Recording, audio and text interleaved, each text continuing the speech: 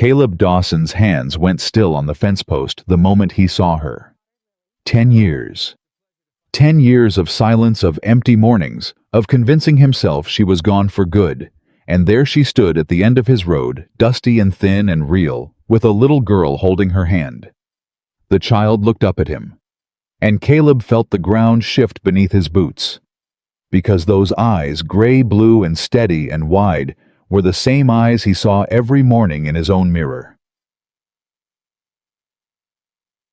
If this story already has your heart beating faster, subscribe to this channel and follow along until the very end, because this one is going to stay with you. And drop a comment right now telling me what city you're watching from. I want to see just how far this story has traveled. The morning had started like every other morning for the past 10 years. Caleb Dawson was up before the sun. He pulled on his boots in the dark, the same worn leather ones he'd had since he was 26, and he didn't light the lamp because he didn't need to. He knew every corner of that cabin by feel, the rough edge of the table, the cold iron handle of the stove, the particular creak of the third floorboard near the door. A man who lived alone long enough stopped needing light to find his way around. He just stopped needing a lot of things. He put coffee on, then went outside. The Montana sky in July was something that could break a man's heart if he let it. Wide and clean and burning slow from black to purple to gold. The kind of sky that made you feel like the world was just beginning. Caleb had learned a long time ago not to feel that way. The world wasn't beginning. It was just continuing, same as it always did, indifferent to whatever a man had lost along the way. He saddled Copper without thinking about it, the big roan gelding, stamping once and then settling. They'd been doing this together for 7 years. The horse knew the routine as well as Caleb did. He rode the east fence line first, 3 miles out, checking posts, checking wire. A section near the old creek crossing had been giving him trouble. The soil shifted with the spring runoff every year, and the posts leaned. He'd reset them twice already. He'd probably reset them again before autumn came. That was ranching. That was the kind of problem that never stayed solved, it just waited. He worked for 2 hours in the early quiet alone, except for the sound of the wind and the distant lowing of cattle somewhere over the ridge. That was how Caleb liked it. Quiet. Predictable. No surprises. He was heading back toward the barn when he saw the wagon. It was coming up the main road, the long dirt track that ran from the base of the mountain to his ranch gate, 3 miles of switchbacks through pine and scrub and open meadow. Nobody came up that road without a reason. Nobody came up that road at all most days. Caleb had chosen this property partly because of that. You had to want to find him to find him. He pulled Copper to a stop and watched. The wagon was old. One of the wheels had a wobble to it he could see from a 1/4 mile. Whoever was driving it had come a long way and hadn't started with much. He weighted his hand loose on the reins, watching the shape of it grow larger and more distinct as it climbed. When it passed through his front gate, he saw the driver was a woman. He nudged Copper forward. She pulled the wagon to a stop near the water trough and sat there for a moment before she climbed down like she was gathering something inside herself.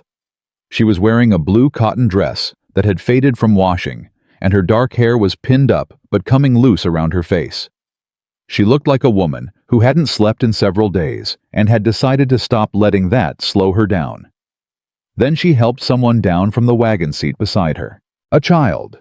A little girl, maybe 8 or 9 years old, in a plain dress with 2 dark braids. The child jumped down on her own and immediately turned to look at Caleb with the kind of direct, unblinking gaze that children had before the world taught them to look away.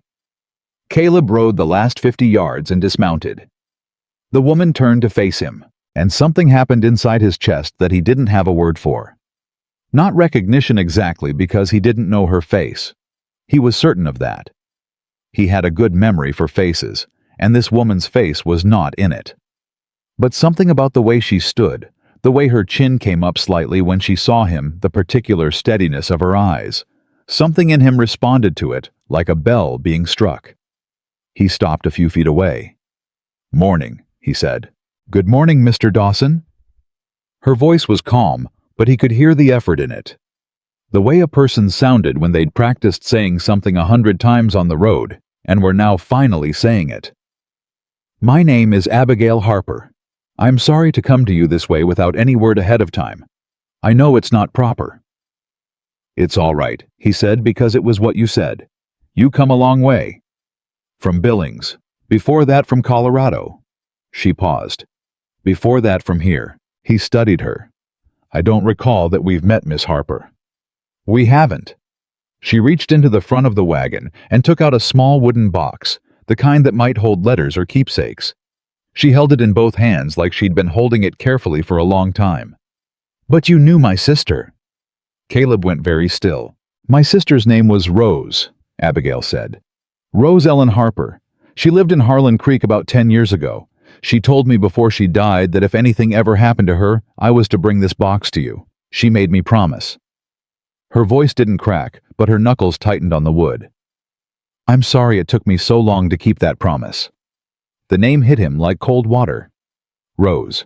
Rose Harper, with her laugh that you could hear from the other end of a street, and her way of arguing about everything that was somehow never quite annoying, and her dark eyes that could go from teasing to serious in half a second. Rose Harper, who had packed a bag one morning and left Harlan Creek without a word to him and never come back. Rose Harper, who he had spent 3 years waiting to hear from and 7 more years trying to stop thinking about. Rose Harper was dead. He took his hat off. It was automatic. The thing you did when you heard news like that, even when the news was 10 years old and still managed to hit you somewhere undefended. When? He said. 4 years ago. It was her lungs. She'd been sick for a while. Abigail was watching him carefully. She talked about you, Mr. Dawson. Toward the end, she talked about you a great deal. He didn't say anything to that. He put his hat back on and looked at the child who had stayed where she was, still watching him with those steady eyes. This is Clara, Abigail said. She's 8. She your daughter? A pause. The smallest pause, but he caught it. She's Rose's daughter, Abigail said. Rose asked me to raise her after she was gone. Clara has been with me for 4 years now. Caleb looked at the little girl again. Clara hadn't moved. She was standing with her hands loose at her sides, watching him the way a child watched an unfamiliar dog. Not afraid exactly, but careful. Measuring. Hello, he said to her. Hello, she said back. Her voice was quieter than he expected. You have a big horse. I do. His name's Copper. Does he bite? Not if you ask first. Something shifted in her expression. Not a smile yet, but close to it. He looked back at Abigail. Come inside, he said. Both of you. You look like you could use something to eat. She didn't argue with that, which told him more than she probably intended about how the road had been.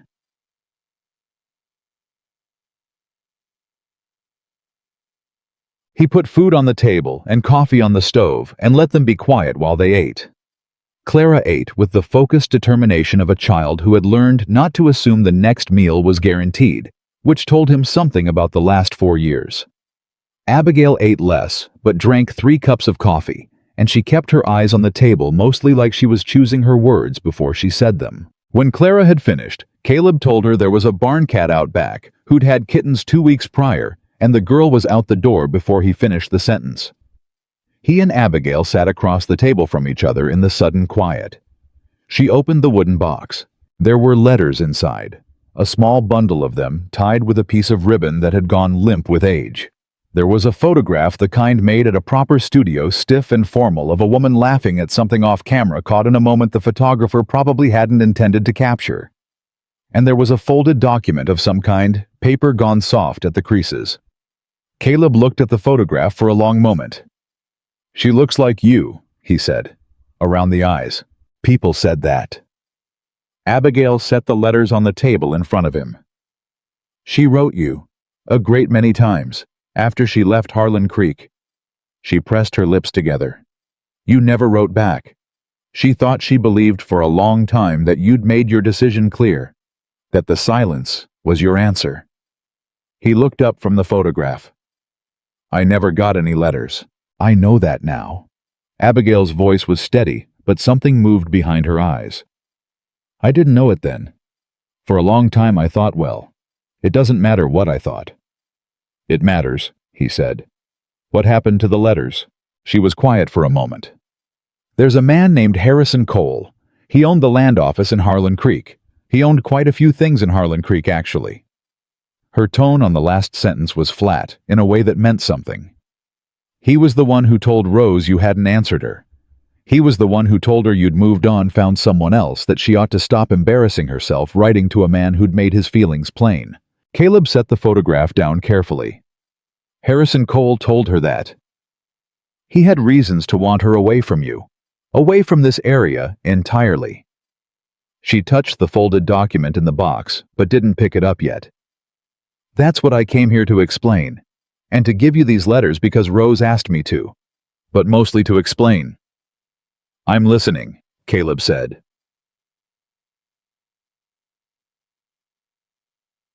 What she told him took the better part of an hour. He didn't interrupt much.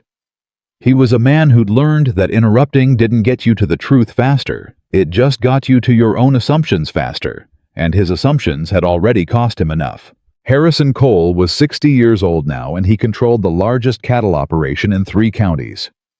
He had a house in town that took up half a block, and a wife who smiled at church, and 2 grown sons who did whatever their father told them. He had a judge in his pocket, or near enough to it, and a deputy sheriff who'd been on his payroll for years, and a way of making things happen quietly that most people in the territory had learned not to look at directly. 10 years ago, Rose Harper had been working as a seamstress in Harlan Creek. She'd been good at it, and she'd had a small savings, and she'd been making plans a shop of her own eventually, or maybe a move to one of the bigger towns where there was more work.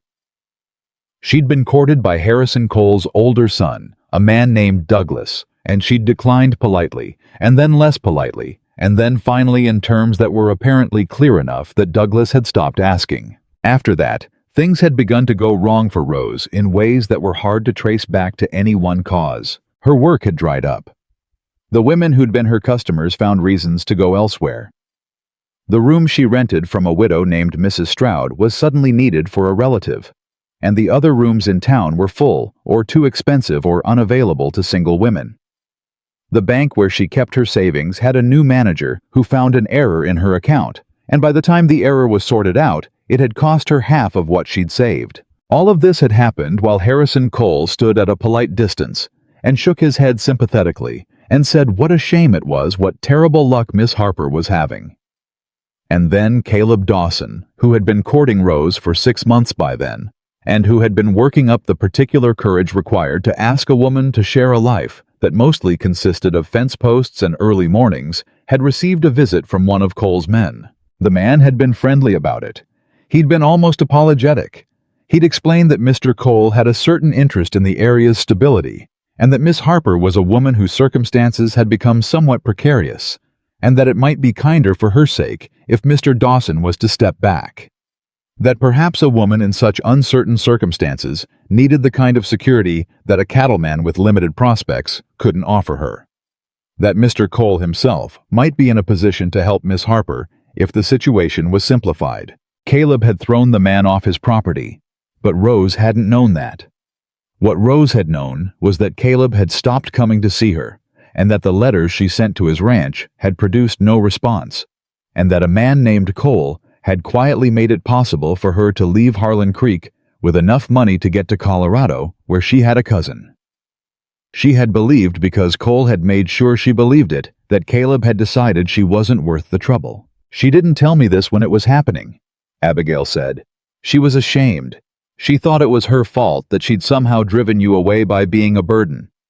It was only later, after Clara was born, after she'd had time to think about it differently, that she started to question what she'd been told. She looked down at her hands. She wrote to a woman she'd known in Harlan Creek, a Mrs. Beecham. And Mrs. Beecham told her that you'd come looking for Rose, that you'd come to town for weeks after she left asking after her, that you hadn't known where she'd gone. Caleb was quiet. She wanted to write to you again, Abigail said. She was going to. She got sick before she could. A pause. She made me promise to bring you these letters and tell you what had happened. She said you deserved to know that it wasn't what it had seemed, that she hadn't chosen to leave, that she'd been made to believe you'd let her go. The kitchen was very quiet. Outside, distantly, he could hear Clara's voice talking to the kittens, apparently in a running monologue that had the cadence of someone used to one-sided conversations. He reached out and put his hand on the stack of letters. They were light. Too light for what they apparently contained, a year of writing to someone who never received a word of it. "How old is Clara?" he said. He already knew. He'd already counted. He just needed to hear it said plainly. Abigail met his eyes. "She'll be 9 in September. Rose left Harlan Creek in the summer, 10 years ago." "Yes." "So Clara was she would have been—" He stopped. Abigail didn't look away. Rose was already expecting when she left. She didn't know yet. She found out in Colorado. Something shifted in the room, in him. A kind of seismic movement, deep and slow, the kind that didn't make noise when it happened, but rearranged everything after. "She was going to tell me," he said. Not a question exactly, a way of assembling the pieces into something he could hold. "Yes," Abigail said. "She was going to tell you. She thought once she understood what Cole had done, once she was well enough to make the trip, she was going to come back and tell you. But she didn't get well enough." She pressed her hands flat on the table. "I'm telling you now on her behalf. Because you have a right to know. And because Clara has a right to know who her father is." Caleb stood up. Not away from the table, he didn't need to leave the room. He just needed to be on his feet. He walked to the window. Clara was in the yard. She was crouched down near the barn door with one of the kittens in her lap, a little orange one talking to it very seriously about something. Her 2 braids hung forward as she bent over it. She looked from the back smaller than she had before. 8 years old. The summer after next, she'd be 9. He had a daughter. He had a daughter he hadn't known about for almost 9 years. A daughter who had spent 4 of those years being raised by a woman who had made a promise to a dying sister and then driven a wobbling wagon up a mountain road to keep it. He turned back. "Why didn't Cole want me with Rose?" he said. "What was in it for him?" Abigail reached into the box and took out the folded document. She unfolded it and smoothed it on the table. "This is a survey document," she said, "from 1872. It shows the water rights for the creek that runs along the base of your property and through the eastern part of what's now Cole's Range." She put her finger on a line of text. "According to the original territorial grant, the primary water rights belong to the Dawson property. They were registered to your father when he homesteaded here." Caleb came back to the table. "The ranch needs that water," she said. "Any cattle operation in this valley needs that water, particularly in dry years. Cole has been running his herd as though those rights were his. Nobody has challenged it because nobody has had the documentation to challenge it. But if you knew about it, if you had a reason to look into it, you might have found this." And Rose knew about this. Rose worked for the county recorder's office for 6 months before she started her sewing business. She saw this document. She made a copy and she told me where she'd hidden it because she was afraid of what Cole might do if he knew she had it. Abigail's voice was very flat now, very even, the voice of someone who had thought about this for a long time. "I think she told you about it, or was about to. I think Cole found out. I think that's why he moved to separate the 2 of you when he did." Caleb looked at the document for a long moment without touching it. Then he looked up at Abigail. She was watching him. And he could see it now, the thing underneath the careful steadiness. She was exhausted in a way that went beyond the road. She had been carrying this for a long time. She had kept a dying woman's child and driven to a mountain ranch to tell a stranger he had a daughter, and she had done it because she'd made a promise, and that kind of bone-deep kept promise cost something. "You didn't have to do this," he said. "I promised Rose. You could have found another way to keep that promise, an easier one." "She didn't ask me to find an easy way." A beat. "She asked me to bring her daughter to her father and tell him the truth. So that's what I did." He nodded. He looked out the window again at Clara, who had now acquired a second kitten and was attempting to introduce them to each other with the diplomatic gravity of a small judge. "What does she know?" he said. "Clara. What has she been told?" "She knows her mother is gone. She knows I've been raising her. She knows we came here to find a man named Caleb Dawson who was a friend of her mother's." Abigail paused. "She hasn't been told more than that. Rose thought you deserved to be the one to decide how to tell her, if you wanted to." The "if you wanted to" sat there between them. He could hear what it left room for. The possibility that he might not want to. That a man who hadn't known he had a child for almost 9 years might look at a little girl in his barnyard and decide the complication was more than he'd bargained for. That he might hand back the box and say he was sorry for their trouble and watch them drive that wobbling wagon back down his mountain road. "I want to," he said. Abigail let out a breath, very small, but he heard it. She asked to rest, and he showed her to the room he'd never used, the second bedroom at the back of the cabin, the one he'd built intending it to be a child's room someday, and then stopped himself from thinking about.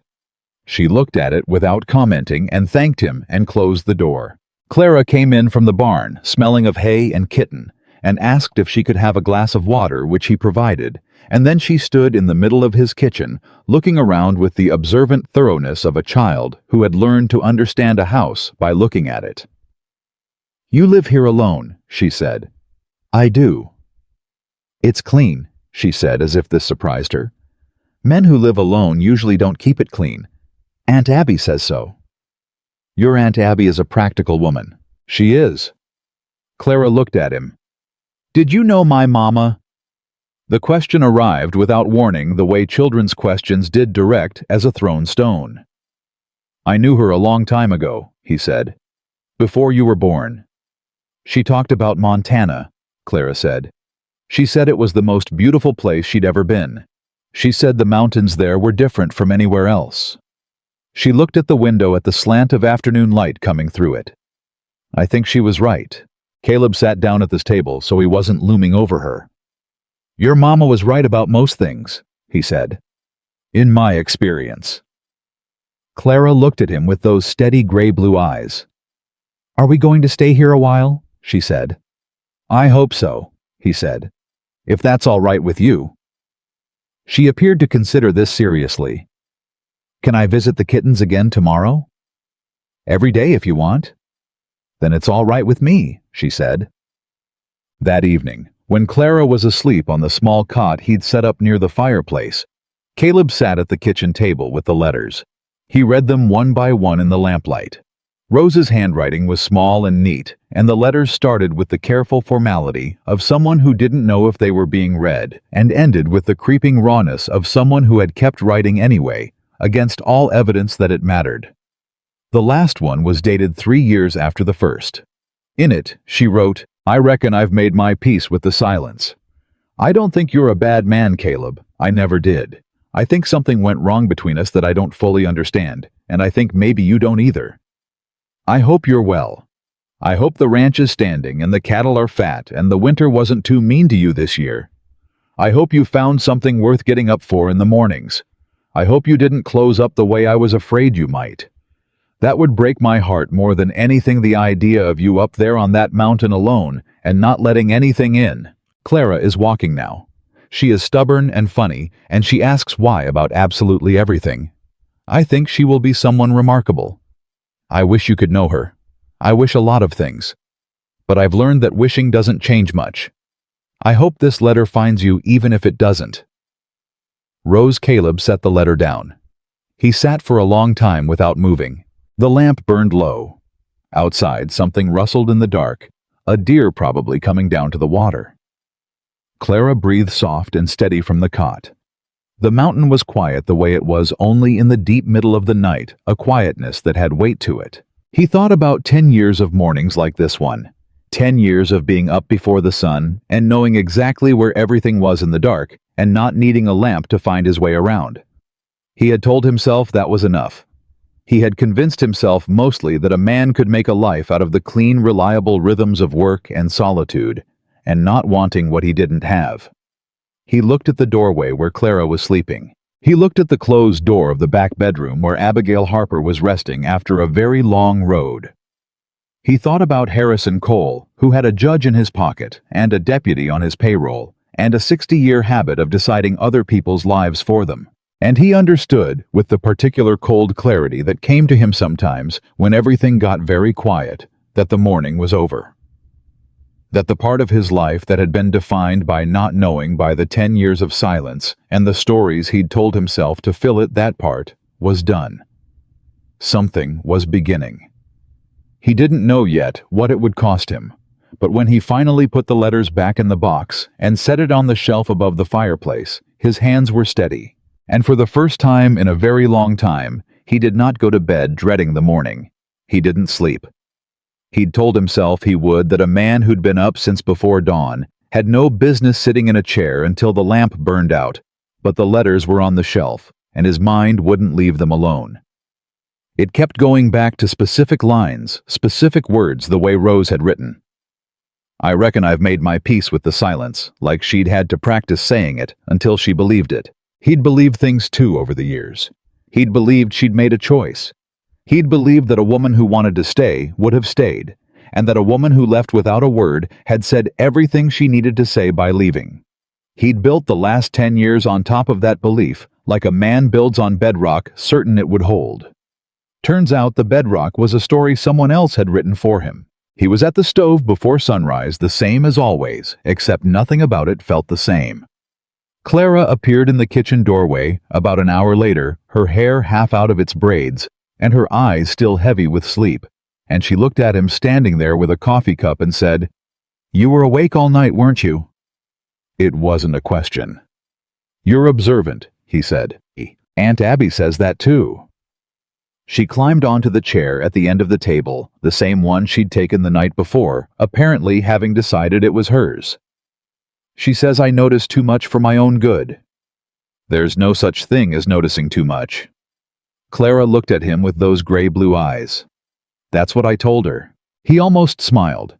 He put a biscuit in front of her from the batch he'd made while the house was quiet, and she ate it with the focused attention of someone who took food seriously, and for a few minutes the kitchen was just the sound of morning and the smell of coffee, and something that felt in a way Caleb couldn't quite name, like the opposite of being alone. Abigail came in 20 minutes later, and she'd clearly slept only a little better than he had.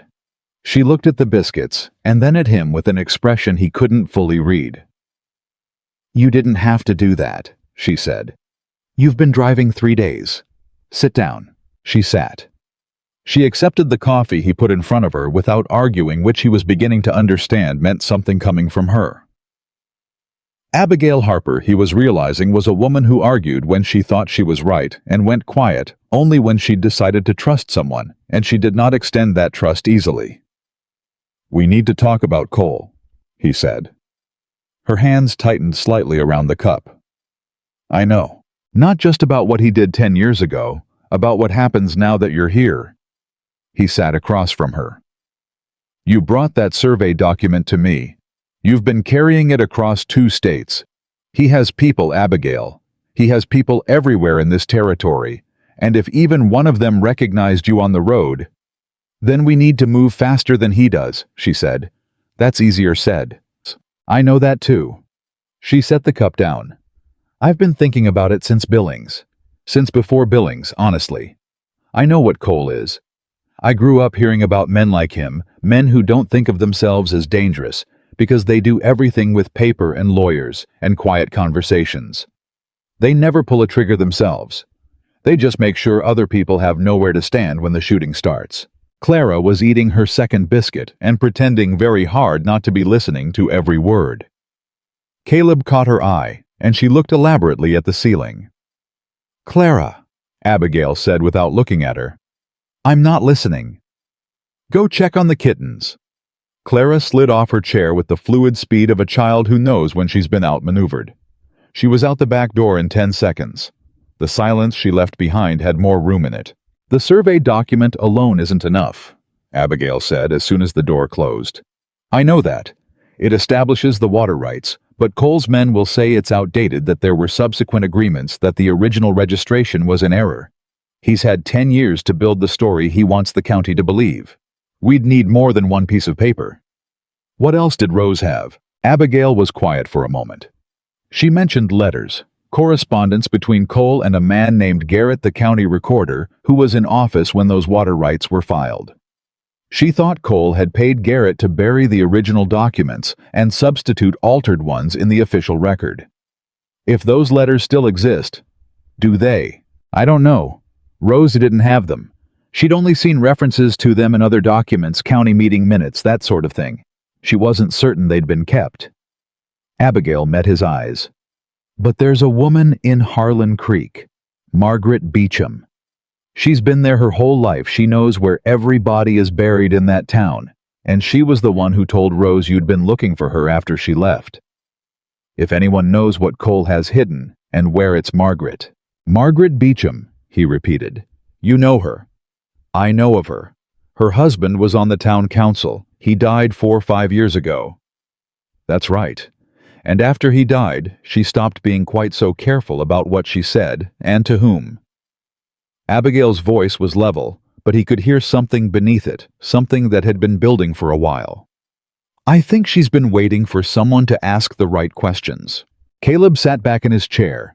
He turned the information over the way he turned a piece of equipment in his hands before deciding whether to trust it with a hard job. A survey document. A dead recorder. A widow with a long memory. A man named Cole, who'd spent a decade believing he'd solved a problem and was about to find out he hadn't. I'll need to ride to town, he said. Something moved across Abigail's face. Not fear exactly. Cole will hear about it. He'll hear about it if I go, and he'll hear about it if I don't, because he'll hear you're here before long regardless. He looked at her. So, I'd rather go on my own terms. She held his gaze for a moment, then nodded once. I'll come with you, she said. No. Caleb. He's never seen you. He doesn't know your face. You're Rose's sister, not Rose. He'd have no reason to connect you to any of this unless someone tells him. Right now, that's an advantage, and I'd like to keep it. He paused. You and Clara stay here. I'll go to town, talk to Margaret Beecham, get a sense of how things stand. I'll be back before dark. She didn't like it. He could see that clearly.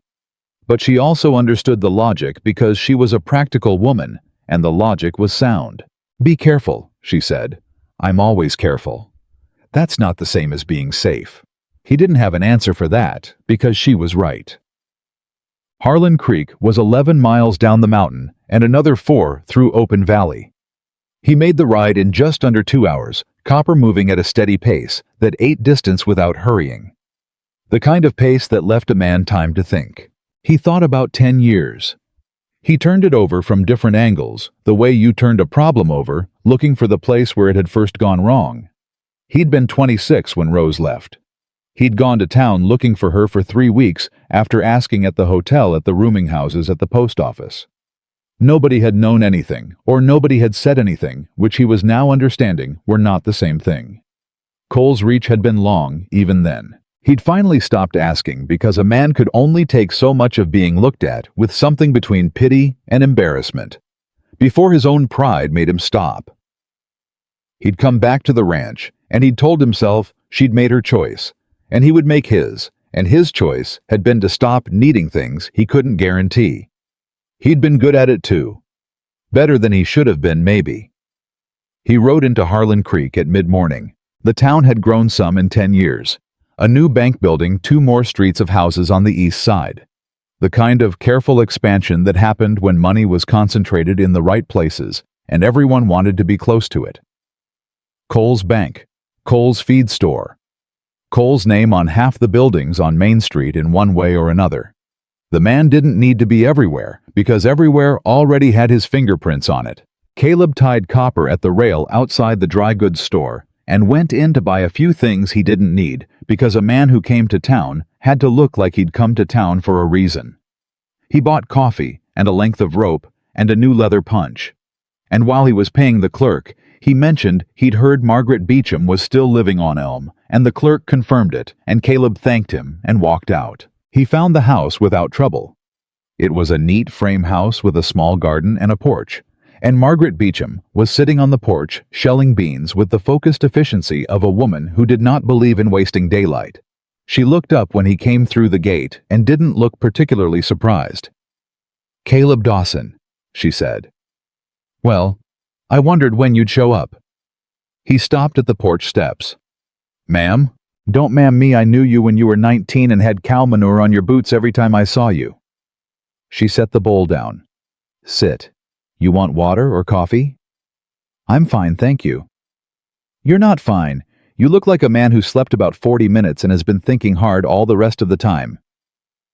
She studied him with the particular sharpness of a woman who'd spent 40 years watching people and had stopped pretending she wasn't doing it. "Rose's sister found you." It was not a question. "She did," he said. "Good." Margaret picked up her beans again.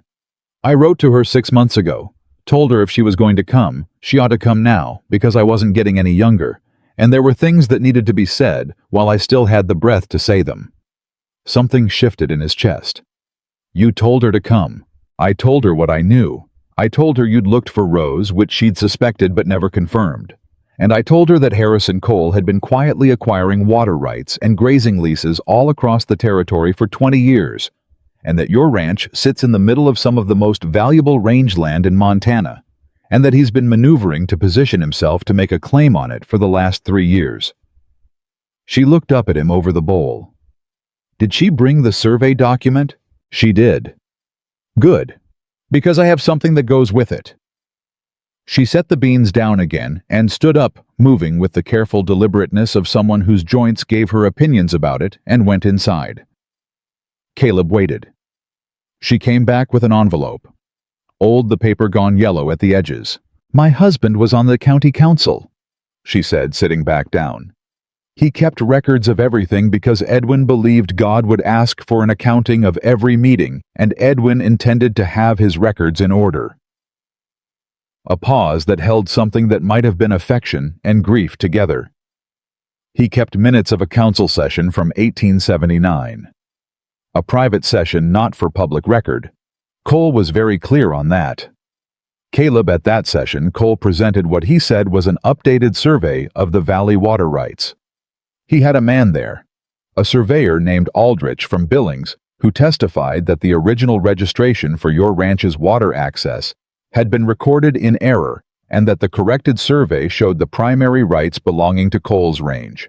Caleb felt something go cold and precise in his stomach. "My husband voted against accepting the correction," Margaret continued. "He was the only one." 3 days later, Edwin had a visit from one of Cole's men, who suggested that a man in Edwin's position might want to be careful about creating enemies. She looked at Caleb steadily. "Edwin came home that night, and he told me everything, and then he put his copy of the private minutes in this envelope, and he gave it to me, and he said, 'Margaret, don't let anyone know you have this until it matters.' He died believing it would matter someday." She held the envelope out to him. "I think someday is now." Caleb took the envelope. His hands were steady. He was good at steady. "Mrs. Beecham," he said, "if this goes forward, if this goes to court or to the land office or to any kind of formal proceeding, you understand Cole will know where it came from. I'm 71 years old, Caleb. Harrison Cole is not the most frightening thing I've ever faced." She picked up her beans. "My husband kept those minutes because he believed in the law more than he believed in easy living. I'd like to honor that before I'm gone." He looked at her for a moment. "Thank you." "Don't thank me yet. Thank me when it's done." He was heading back toward Copper when he heard his name. He turned. Douglas Cole was crossing the street toward him, and he had 2 men with him, and he had the particular walk of a man who'd decided something before he left the building. Douglas was 40 now, and had gone heavier in the shoulders and jaw than he'd been at 30, and he had his father's eyes, the kind that calculated everything and gave back nothing. Caleb stopped and waited. "Dawson," Douglas said. He stopped about 6 feet away. His 2 men spread out to either side with the practiced casualness of men who'd done it before. "Haven't seen you in town in a while." "I don't get to town much." "No." Douglas looked at the envelope in Caleb's hand. The look lasted maybe 2 seconds, but it was deliberate. "Do something for you today." "Just picking up supplies," Caleb said. "Sure." Douglas smiled in a way that didn't reach his eyes. "Funny thing, we had a telegraph come in this morning from a station down in Billings. Seems a woman and a young girl passed through there a few days back asking after the road north." He paused. "You know anything about that?" "Can't say that I do." Douglas tilted his head. "Woman matched the description of someone we've been trying to locate. Harper. That name mean anything to you?" Caleb looked at him. He kept his face where he always kept it quiet neutral, giving nothing. "I knew a woman named Harper years ago," he said. "Rose Harper. She left town a long time back." "That's right, she did." Douglas nodded slowly. "Her family's been a matter of some interest to my father. Old business. You know how it is." "I don't actually," Caleb said. "But I imagine you'll explain it to me if you want to." Douglas studied him. The two men with him hadn't moved, but something in the way they were standing had changed slightly, a kind of readiness that wasn't quite a threat yet. "My father's a reasonable man," Douglas said. "He's always been willing to come to reasonable arrangements. About grazing rights, about water access, about all sorts of things that come up when men are neighbors." He let that sit. "But he does like to know who his neighbors are talking to." "I talked to Mrs. Beecham," Caleb said. "We visited. That's legal last I checked. Margaret Beecham is an old woman with old ideas."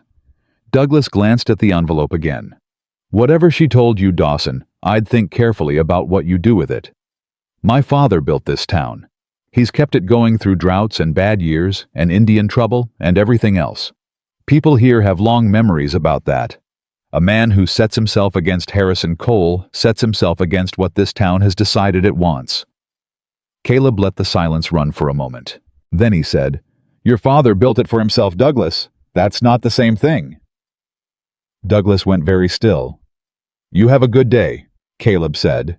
He walked past them toward Copper, and he didn't walk fast, and he didn't look back. He heard nothing behind him. No footsteps, no movement. Just the ordinary sounds of a town going about its business indifferent. He untied Copper, mounted, and rode. He didn't let himself breathe fully until he was clear of Main Street. He was halfway home when he heard the riders, 2 of them coming fast from behind, and he knew before he looked that they weren't coming to say hello. He urged Copper off the main road onto the rougher ground into the tree line, because a man on uneven ground had advantages. A man on a road didn't, and whoever Cole had sent was trying to rattle him, not kill him. Killing him would create problems Cole didn't want. At least not yet. They came up on either side. Young men, both of them, hands on saddle horns, not on guns. "Mr. Cole wants a word," the closer one said. "Mr. Cole knows where my ranch is," Caleb said. "He can come find me." "He'd prefer somewhere more convenient." "I'll bet he would." Caleb looked at him steadily. "You tell Harrison Cole that if he wants to discuss water rights, he's welcome to send his lawyer to me with the documentation, and I'll review it. You tell him I'm not interested in a conversation without paper." He looked between them. "That's my answer.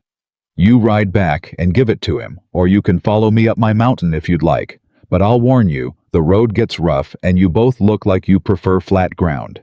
The 2 men exchanged a look. "Mr. Cole won't like this," the one on the left said. "He hasn't liked a lot of things in his life," Caleb said. "He seems to have survived it." He clicked Copper forward and didn't look back. This time, there were no footsteps following. "Dad," he told Abigail all of it that evening after Clara was in bed. He put the envelope on the table next to the survey document, and she looked at both of them for a long time without picking them up. "He knows I'm here," she said. Not a question. "He suspects. He doesn't know for certain yet, and he doesn't know what you've brought." Caleb looked at her. "That gives us a little time. Not much." She was quiet for a moment. "Margaret Beecham. I've never met her." "She wrote to you." "She did. I didn't know how much of what she told me was reliable. I thought it might be the memory of an old woman who'd been holding on to something for a long time. Abigail looked at the envelope. Edwin Beecham voted against coal in 1879. He died in 1882, 3 years after that vote. Coal doesn't move fast, Caleb said. He's patient. He lets time do the work. And it almost did. She pressed her hand flat on the table. If I hadn't come, if I'd waited another year, 2 years. You came, he said. She looked up at him, and he could see it again, the thing underneath the steadiness, the exhaustion of someone who had been the only person holding something up for a very long time and didn't quite know how to put it down. You're not alone in this now, he said. He meant it as a practical statement, a division of responsibility, a logistical fact. But it came out as something more than that, and they both heard it. Abigail looked at the documents on the table. We need a lawyer, she said. A good one, not from Harlan Creek. I know a man in Helena, Caleb said. Tom Adler. He handled a land dispute for a rancher up north a few years back. Railroad company tried to claim right-of-way through his property. Adler beat them on the documentation. Can you trust him? As much as I trust anyone. He paused. More than I trust most people in this county. She nodded slowly. Cole will try to move before we can get Adler involved. He'll try to make some kind of public action against the water rights, something that puts him in the position of defending what he already has, rather than taking what isn't his. If he can frame it that way. He can't, Caleb said. Not with Edwin's minutes and the original survey document together. He can't claim he's defending a right that these papers show he manufactured. He'll dispute the papers. He'll say they're forgeries. That's a different argument. That's a man who's scared. He met her eyes. And Margaret Beecham is willing to testify to where the minutes came from. Abigail went very still. He's been running this county on the assumption that nobody would ever put all the pieces together, Caleb said. Because he scattered them carefully rows in Colorado, the document buried in your family's hands, Margaret sitting on Edwin's minutes, the original survey hidden in the territorial records. Nobody who had one piece knew anybody who had another. He paused. Until you drove up my road.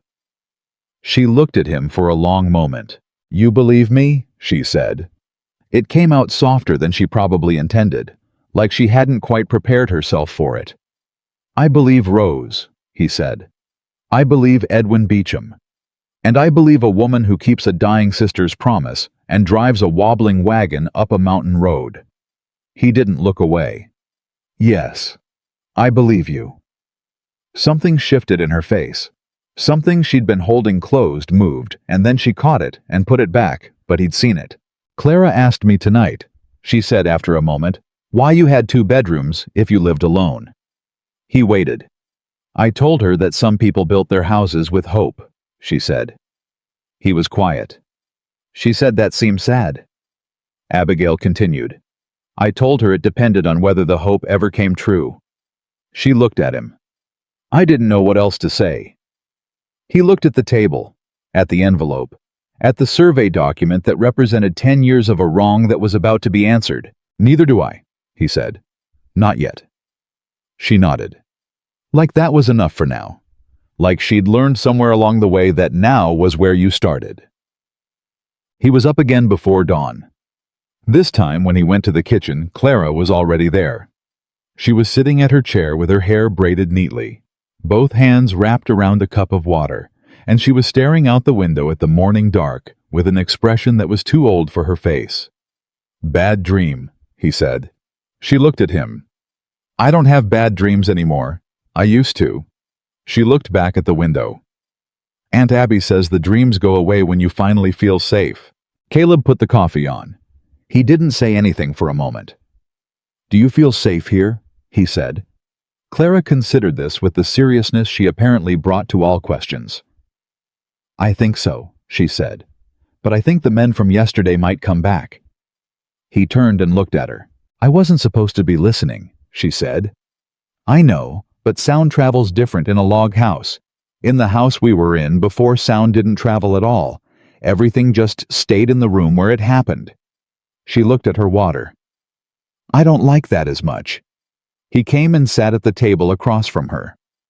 Clara, he said. Yes. I'm going to make sure you and your Aunt Abigail are all right. That's not a promise I make because it's something to say. I mean it as a fact. She looked at him steadily. How? I'm going to make sure the man who's been causing trouble doesn't have any more ground to cause it from. It'll take a little time, and it won't be quiet getting there. But it'll be done. She looked at him for a long moment, the gray-blue eyes, the steady gaze that was so much older than 8. Mama said you were the kind of man who meant what he said, she told him. He went very still. She told me about you, Clara said simply. Not everything, but some things. She said if I ever met you, I'd know right away that you were one of the ones you could count on. She looked at her water cup again. She was right. I knew yesterday when you talked about copper not biting. He didn't trust himself to say anything for a moment. Then, what did she tell you, if you don't mind me asking? She said you were the one that got away, Clara said with the matter-of-fact delivery of a child repeating something she'd heard a grown-up say many times. She said she understood it better as she got older. She said some people are meant to be the ones that got away because they're saving themselves for something. She paused. I think she meant us, me and Aunt Abby. She looked up at him. I think she sent us here on purpose. And Caleb, who had not cried in a very long time, had to look at the window for a moment. Yeah, he said when he trusted his voice again. I think she did too. Outside, the dark was beginning to go gray at the edges. The mountain was waking up. And somewhere down in the valley, Harrison Cole was waking up too in his big house, and he was not yet sure what was moving toward him. But it was moving. The letter arrived on the 3rd morning. Caleb was at the barn when he heard Abigail call his name. Not loud, not panicked, but with that particular flatness in her voice that he'd already learned meant something had gone wrong. He came around the side of the barn, and she was standing on the porch with an envelope in her hand, and her face had gone the careful neutral that people wore when they were deciding how afraid to be. He took the envelope from her and read it standing there. It was short.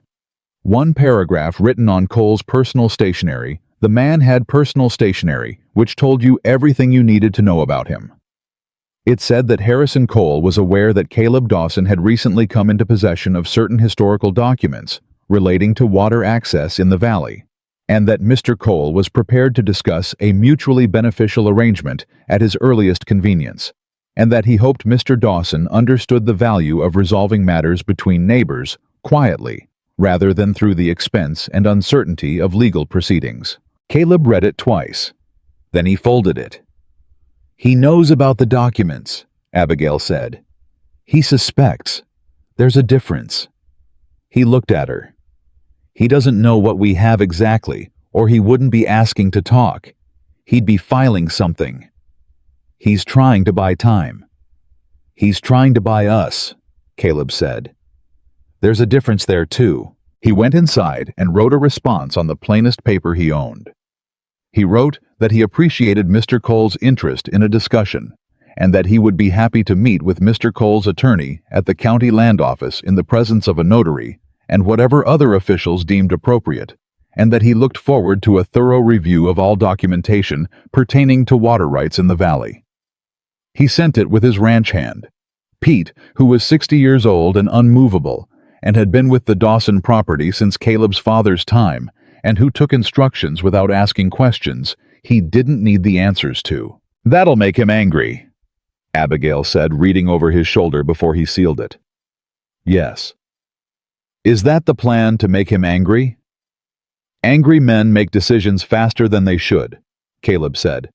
I want him moving before he's ready. He looked at her. Pete's riding to Helena tomorrow with a separate letter, for Tom Adler. She nodded slowly. How long for Adler to get here? 4 days if he comes right away. 5 if he has existing business to settle first. Cole won't wait 5 days. No, Caleb agreed. He won't.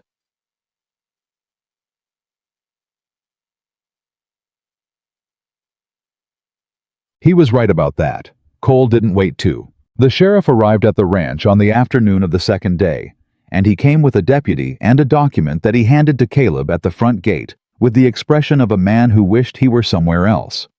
The sheriff's name was Walt Greer, and he'd held the office for 12 years, and he wasn't a bad man. Caleb had always believed that about him. But he was a man who'd made a calculation a long time ago about which side of Harrison Cole he wanted to be on. And now he was living with the results of that calculation. "Caleb," he said, "I'm sorry about this." Caleb read the document. It was a petition to the county court for an injunction on the use of the creek water running through the eastern boundary of the Dawson property, filed by Harrison Cole on behalf of his cattle operation, citing a 1879 survey correction that established Cole's primary right to the water source. It named Caleb Dawson as the respondent. "This was filed this morning," Caleb said. "Yes, 2 days after I told him I wanted to meet with lawyers and officials present." Walt Greer looked at the ground. "I just served the papers, Caleb." "I know you do." Caleb handed the document back, then thought better of it and kept it. Evidence was evidence. "When's the hearing?" 2 weeks. 2 weeks, he repeated. "Judge Harmon's calendar is—" "Judge Harmon is Harrison Cole's neighbor," Caleb said. "His children go to school with Cole's grandchildren." Walt Greer didn't answer that. He just looked at the middle distance and waited. Caleb folded the injunction and put it in his shirt pocket. "Thank you for writing out Walt." "Caleb." The sheriff stopped, started again. "For what it's worth, I know this isn't right." "Worth more if you said it somewhere else," Caleb said. Not harshly, just plainly. Walt Greer nodded, once turned his horse and rode. Abigail had been watching from the porch. He came up the steps and she took one look at his face and said, "How bad?" He filed for an injunction on the water rights. Hearing in 2 weeks before Harmon. She closed her eyes for just a moment, then opened them. Harmon is his. Yes. So we go to Harmon's court with our documents and his minutes, and he rules against us anyway. That's what Cole's counting on. Caleb sat on the porch step. But an injunction hearing isn't a final ruling. It's a preliminary proceeding. If we can challenge the 1879 survey in front of Harmon, even if he rules against us, we create a record. We put Edwin's minutes into evidence. We put the original territorial survey into evidence. We make Cole defend the story he's been telling for 15 years in a public forum. Abigail was quiet for a moment. And then we appeal. And then we appeal. To the territorial circuit court. He looked at her. Cole owns Harmon. He doesn't own the circuit.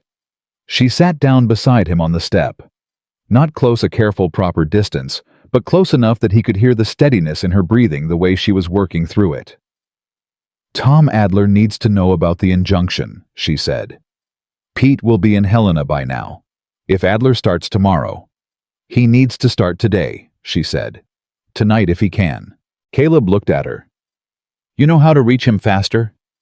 She hesitated. Then, "There's a telegraph station in Harlan Creek. Cole's men will see a message sent from there." "I know."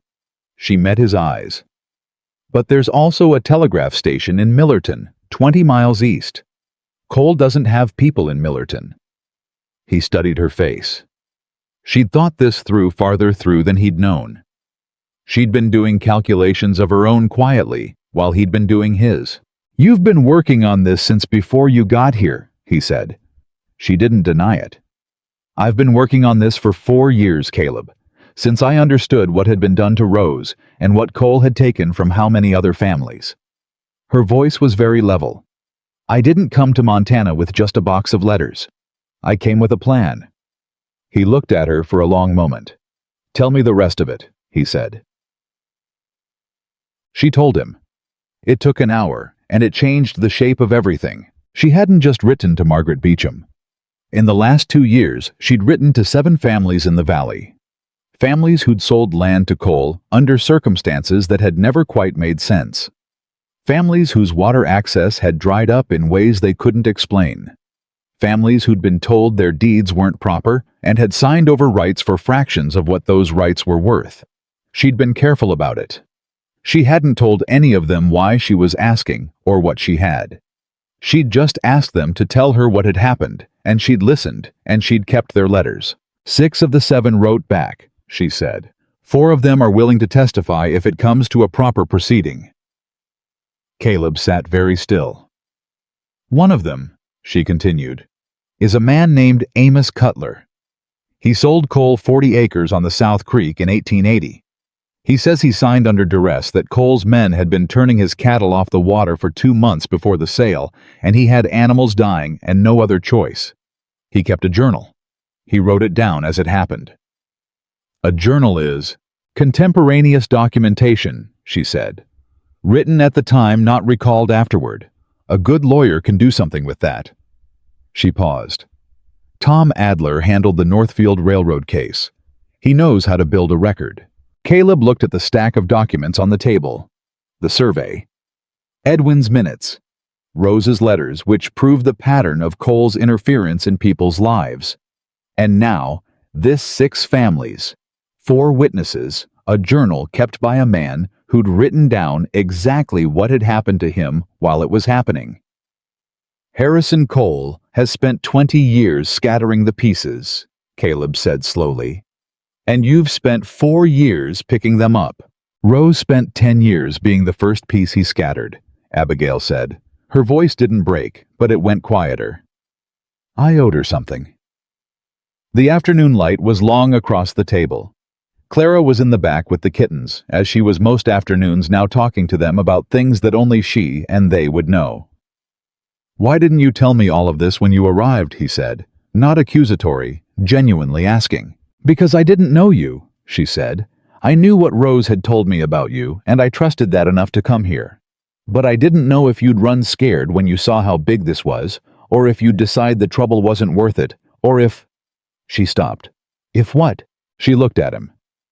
If you were still the man Rose thought you were, after 10 years alone up a mountain. She held his gaze. Some men go hard. Isolation does that. They stop being who they were, and they become something smaller. And, he said. And you're not smaller, she said. You're about the same size as she described. Something shifted in her expression, not quite a smile, but close to it and brief. Which made the next part easier. What's the next part? She unfolded a piece of paper from her pocket. She'd been carrying it in there, he hadn't known that. It was a list of names, 7 of them, 6 families, and 1 more at the bottom that he recognized. Margaret Beecham is willing to testify, Abigail said. In person in court about the 1879 council meeting, about what Edwin saw and what he told her, and about the minutes he kept. Caleb looked at the list. Margaret's name at the bottom of it, in Abigail's neat handwriting. A 71-year-old woman willing to stand up in a courtroom and say what she knew in a town where Harrison Cole had been the loudest voice for 2 decades. He'll go after her, Caleb said. I know. He'll try to discredit her. Say she's old. Say Edwin's memory was unreliable. Say she's been holding a grudge since... I know, Abigail said again. That's why she's not the only one. You can discount 1 widow with old papers. You cannot discount 4 families, and a widow, and a survey document, and a dead man's council minutes, and the testimony of a territorial notary who filed the original water rights in 1871. She paused. I found him too. The notary. His name is Arthur Wells, and he's 80 years old, and he lives in Great Falls, and he remembers the filing, because the Dawson Ranch was one of the first homesteads he processed in Montana, and he was 22 years old and proud of his work. Caleb put his hand flat on the table. He was quiet for a long moment. Abigail, he said. Yes. You built a case. She looked at the table. I tried. No. He waited until she met his eyes. You built a case. A real one. Tom Adler's going to look at this and... He stopped. You could have taken this to a lawyer yourself. You didn't need me to be the one to file. The water rights are mine, But you could have found a way around that. She didn't say anything. Why come to me first? He said. She was quiet for a moment that stretched long enough to mean something. Because Clara needed to meet her father, she said, before any of this happened, in case it went wrong. She looked at him steadily. If Cole comes after us, and things don't go the way I've planned, I wanted her to have at least seen your face. I wanted her to know you were real, and that you were the man her mother said you were. She paused. Rose didn't get to give her that. I could, so I did. The kitchen was very quiet. Outside, Clara's voice drifted in from the barn, explaining something to a kitten at considerable length. Caleb looked at the table, at the list of names, at 4 years of quiet, determined, furious work laid out in letters and documents, and the testimony of people who'd been waiting for someone to ask. We're not going to lose this, he said. Abigail looked at him. No, she said. We're not. Tom Adler arrived on the 4th day, which meant he'd left Helena the same afternoon Pete had arrived, which meant Pete had found him, and the telegram from Millerton had reached him, and he'd understood what it meant without needing it spelled out. He was a short, broad-shouldered man of about 50, with a gray beard and ink-stained fingers and the look of someone who ate lunch at his desk and didn't notice.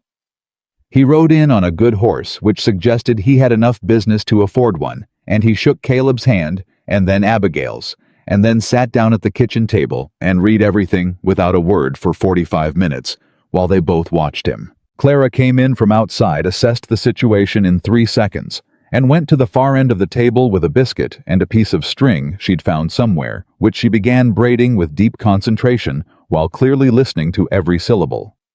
When Adler finished reading, he sat back in his chair and was quiet for a moment. Well, he said. Well, Caleb said. Adler looked at Abigail. You assembled this yourself. Over several years, yes. The Cutler Journal. He tapped the document. You've read all of it. Several times. The entries from August and September 1880 are particularly useful. He wrote the dates of each incident when his cattle were turned from the water. If we can establish Cole's men were present in those locations on those dates.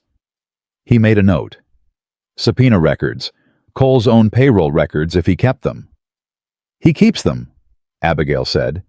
He's meticulous. Adler looked at her again with something that was either admiration or professional assessment, possibly both. The circuit court is the right venue, he said to Caleb. We file for a stay on Harmon's injunction proceeding, which I can do on the grounds of a conflict of interest, given Harmon's documented social relationship with Cole, and we take the whole matter directly to Judge Elias Croft in Billings. Croft, Caleb said. I've heard that name. He handled the Blackfoot land case in '81. He's not a man who likes being told a story that the documents don't support. Adler closed the folder. This case is the kind he was put on that bench to hear. He looked between them. I'll need a retainer. I have it, Caleb said. And I'll need all of these witnesses available within 3 weeks. The ones who are willing to travel. Amos Cutler said he'd come, Abigail said. So did the Hannigan family. The Petersons are older. I'm not sure they can make the trip. Depositions for the ones who can't travel. Adler said, already writing. I can take those on the road. He looked up. One more thing. He looked at Caleb. Cole will not sit still for this. He'll file counterclaims. He'll try to have your water access physically blocked before we get in front of Croft. He may attempt to have these documents challenged as forgeries. Are you prepared for it to get worse before it gets better? I've been prepared for that since the day the injunction arrived, Caleb said. Good. Adler closed his notebook. Then let's begin. It got worse on the 6th day. Cole's men came to the eastern fence line before sunrise, and they brought wire cutters and 2 wagons, and they went to work on the section of fence that ran along the creek, crossing the one Caleb had reset twice already. By the time Caleb and Pete got there, they'd cut 40 feet of fence and were in the process of redirecting the temporary irrigation channel that Caleb used for his summer water supply. There were 5 of them, and they stopped when Caleb rode up, but they didn't leave. The man in charge was one he recognized: Hector Brand, Cole's ranch foreman, a wide man with a salt and pepper beard, who did what he was told, and had been doing what he was told for 20 years. Brand, Caleb said. Dawson. Brand didn't look comfortable, but he didn't look like he was backing down either. Mr. Cole filed that injunction. Until the court rules, he has a right to protect what he claims. He filed an injunction, Caleb said. The court hasn't ruled. You're on my property cutting my fence. Cole's surveyor says this land falls within the contested water access zone. Cole's surveyor says a lot of things. Put the wire cutters down. Brand looked at his men. Back at Caleb. Pete had pulled up on Caleb's left, and Pete was 60 years old, and he had a rifle across his saddle and the expression of a man who had no strong feelings about what happened next, which was somehow more effective than anger would have been. Brand put the wire cutters down. Mr. Cole won't like this, he said. You've all been telling me that for a week, Caleb said. I'm still waiting to discover that it changes something. Brand's jaw tightened. This isn't over. No, Caleb agreed. It isn't, but you're leaving my fence and my water and going back the way you came, and that part is over right now. They left. Not quickly, slowly, the deliberate slowness of men who needed it, understood that they were choosing to leave, not being made to, but they left. Pete watched them go. They'll be back.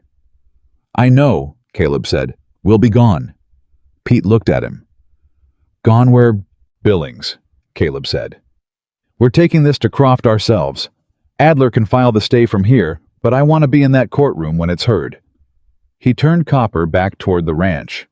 I want Cole to look at me when the documents go on record. Sheb. That night Harrison Cole came himself. He came alone, which was either respect or a very different kind of threat, and he came at dusk, and he tied his horse at the gate and walked up to the porch like a man visiting a neighbor. He was 60 years old, and he looked like money. The patient-accumulated kind, the kind that had been building for so long it forgot it had ever not existed. Silver hair. Good coat. The particular posture of a man who'd been the biggest person in every room he'd entered for 30 years. Caleb came outside when he heard the horse. They stood on opposite ends of the porch and looked at each other. Harrison, Caleb said. Caleb. Cole took off his hat, turned it in his hands, once put it back on. A gesture that looked like courtesy and was actually assessment. I'd like to talk. You're talking. Cole almost smiled. I understand you've been to see Margaret Beecham. I have. Margaret is a woman who's been through a great deal of grief, Cole said. Edwin's death affected her harder than people realize. A woman who's lost her husband. Margaret Beecham's husband died with a clear conscience, Caleb said. I believe that's what's keeping her upright. Cole was quiet for a moment. The almost smile had gone. I've built something in this valley, he said. 20 years of work. Roads, the bank, the school building, I funded half of it personally. The people in Harlan Creek have shorter winters and better harvests because of the water management my operation has run. That's real. That's not something a document filed in 1871 undoes. What you built for yourself doesn't belong to you just because you built it on top of something you took, Caleb said. You know that. You've always known it. Something moved across Cole's face. Not guilt exactly. Something more complex, the expression of a man who'd told himself a story for so long he'd stopped being sure which parts of it were true. I can make you a fair offer on the water rights, Cole said. Fair by any reasonable standard. Enough to expand your operation, hire more hands, put money in reserve. You'd come out of this better than you went in. Rose Harper didn't come out better, Caleb said. Cole went still. The Cutler family didn't come out better. The Hannigans didn't come out better. All those families that signed over grazing rights because their animals were dying and they didn't know who was turning them off the water. Caleb took one step forward. I don't want your offer, Harrison. I want the court to see everything you've done and put it in the record where it belongs. Cole looked at him for a long moment, And something happened in his face that Caleb hadn't expected, not the calculation falling back into place, but something underneath it, something tired and old. "You know this will be ugly," Cole said quietly. "For everyone." "It already is ugly," Caleb said. "It's been ugly for 20 years. I'm just the first one who's saying it out loud." Cole put his hat back on. He straightened it with 2 fingers, the precise gesture of a man who needed to be composed in all things. "I'll see you in court," he said. "Yes," Caleb said. "You will." Cole walked back to his horse. He mounted and rode without looking back, and the sound of him going faded, until there was just the night, and the mountain, and the smell of the summer grass. Abigail had been in the doorway. Caleb hadn't known how long. "He came to see if he could read you," she said. "I know." "What do you think he decided?" Caleb turned to look at her. Her face in the lamplight from inside was steady and calm, but her hands were holding the doorframe just lightly, just enough. "I think he decided he can't buy us," he said. "Which means he's going to try something else." "What?" He thought about the fence line, about the 2 riders who'd followed him from town, about the injunction filed 2 days after he'd asked for lawyers and witnesses. "He's going to try to take Clara," he said. The air went out of Abigail's face. "Not physically," he said quickly. "Not like that. He's going to find out she's here, and he's going to file something, some kind of claim, that she's been improperly removed from Colorado, or that her guardianship isn't properly documented, or some other legal mechanism he can use to force a proceeding here in Harmon's court." He looked at her. "Do you have formal guardianship papers from Rose?" Abigail went inside without answering. He heard her in the back room. She came back with a leather portfolio he hadn't seen before, and she opened it on the kitchen table, and there they were, pages of legal documentation properly witnessed and notarized, Rose Harper's signature on 3 of them, giving Abigail legal guardianship of Clara in the event of her death. He looked at the papers. Then he looked at Abigail. "Colorado notarization," he said. "Recognized in the territory," she said. "I had a lawyer check." "Which lawyer?" "Tom Adler," she said. "By correspondence. 6 months ago." He stared at her. "I told you I came with a plan," she said. He sat down. He needed a moment. "You contacted Adler before you came here," he said. "Yes?" "You'd already prepared for the guardianship challenge. It was the most obvious move he could make. A man like Cole doesn't go after a rancher directly when there's a more vulnerable target nearby." She sat down across from him. "Clara is the most vulnerable person in this situation, so I made sure she was the most protected." Caleb put both hands on the table and looked at them. This woman had come up his mountain road in a wobbling wagon carrying a dying sister's child, and a 4-year legal case, and a prearranged understanding with his own attorney, and she'd done it quietly, without announcement, without asking for anything except to be heard. "Abigail," he said. "Yes." "What is it you actually need from me?" She looked at him across the table. The lamplight moved between them. "The water rights are yours," she said. "The case goes to court in your name. Without you, I have documents and witnesses, and no one with standing to file." She paused. "I need your name on the petition. I need you willing to stand up in a courtroom and say what was taken from you." "That's all." She held his gaze. "That's everything," she said. "For the case." He understood what she meant by the last 2 words. For the case. Not for anything else. Not for the questions that were living in the space between them, getting larger and more insistent every evening when Clara went to bed and left them alone in the kitchen with the lamp burning low. "I'll be there," he said. "In the courtroom, standing up." She nodded. Something in her shoulders let go just slightly, just enough to tell him how much she'd needed to hear it. "We leave for Billings in 3 days," he said. "You meet Adler. Clara stays here with Pete." "Clara won't like that." "Clara will survive it." He looked at the guardianship papers. "She'll be safer here than on the road." Abigail looked at the papers too. "Cole doesn't know about these yet." "No," Caleb said. Let's keep it that way until we're standing in front of Croft. She looked up at him. You've done this before. Held something back until the right moment. It's how you work cattle, he said. You don't show your whole hand until the gate opens. She almost smiled, the closest he'd seen her come to it without catching herself.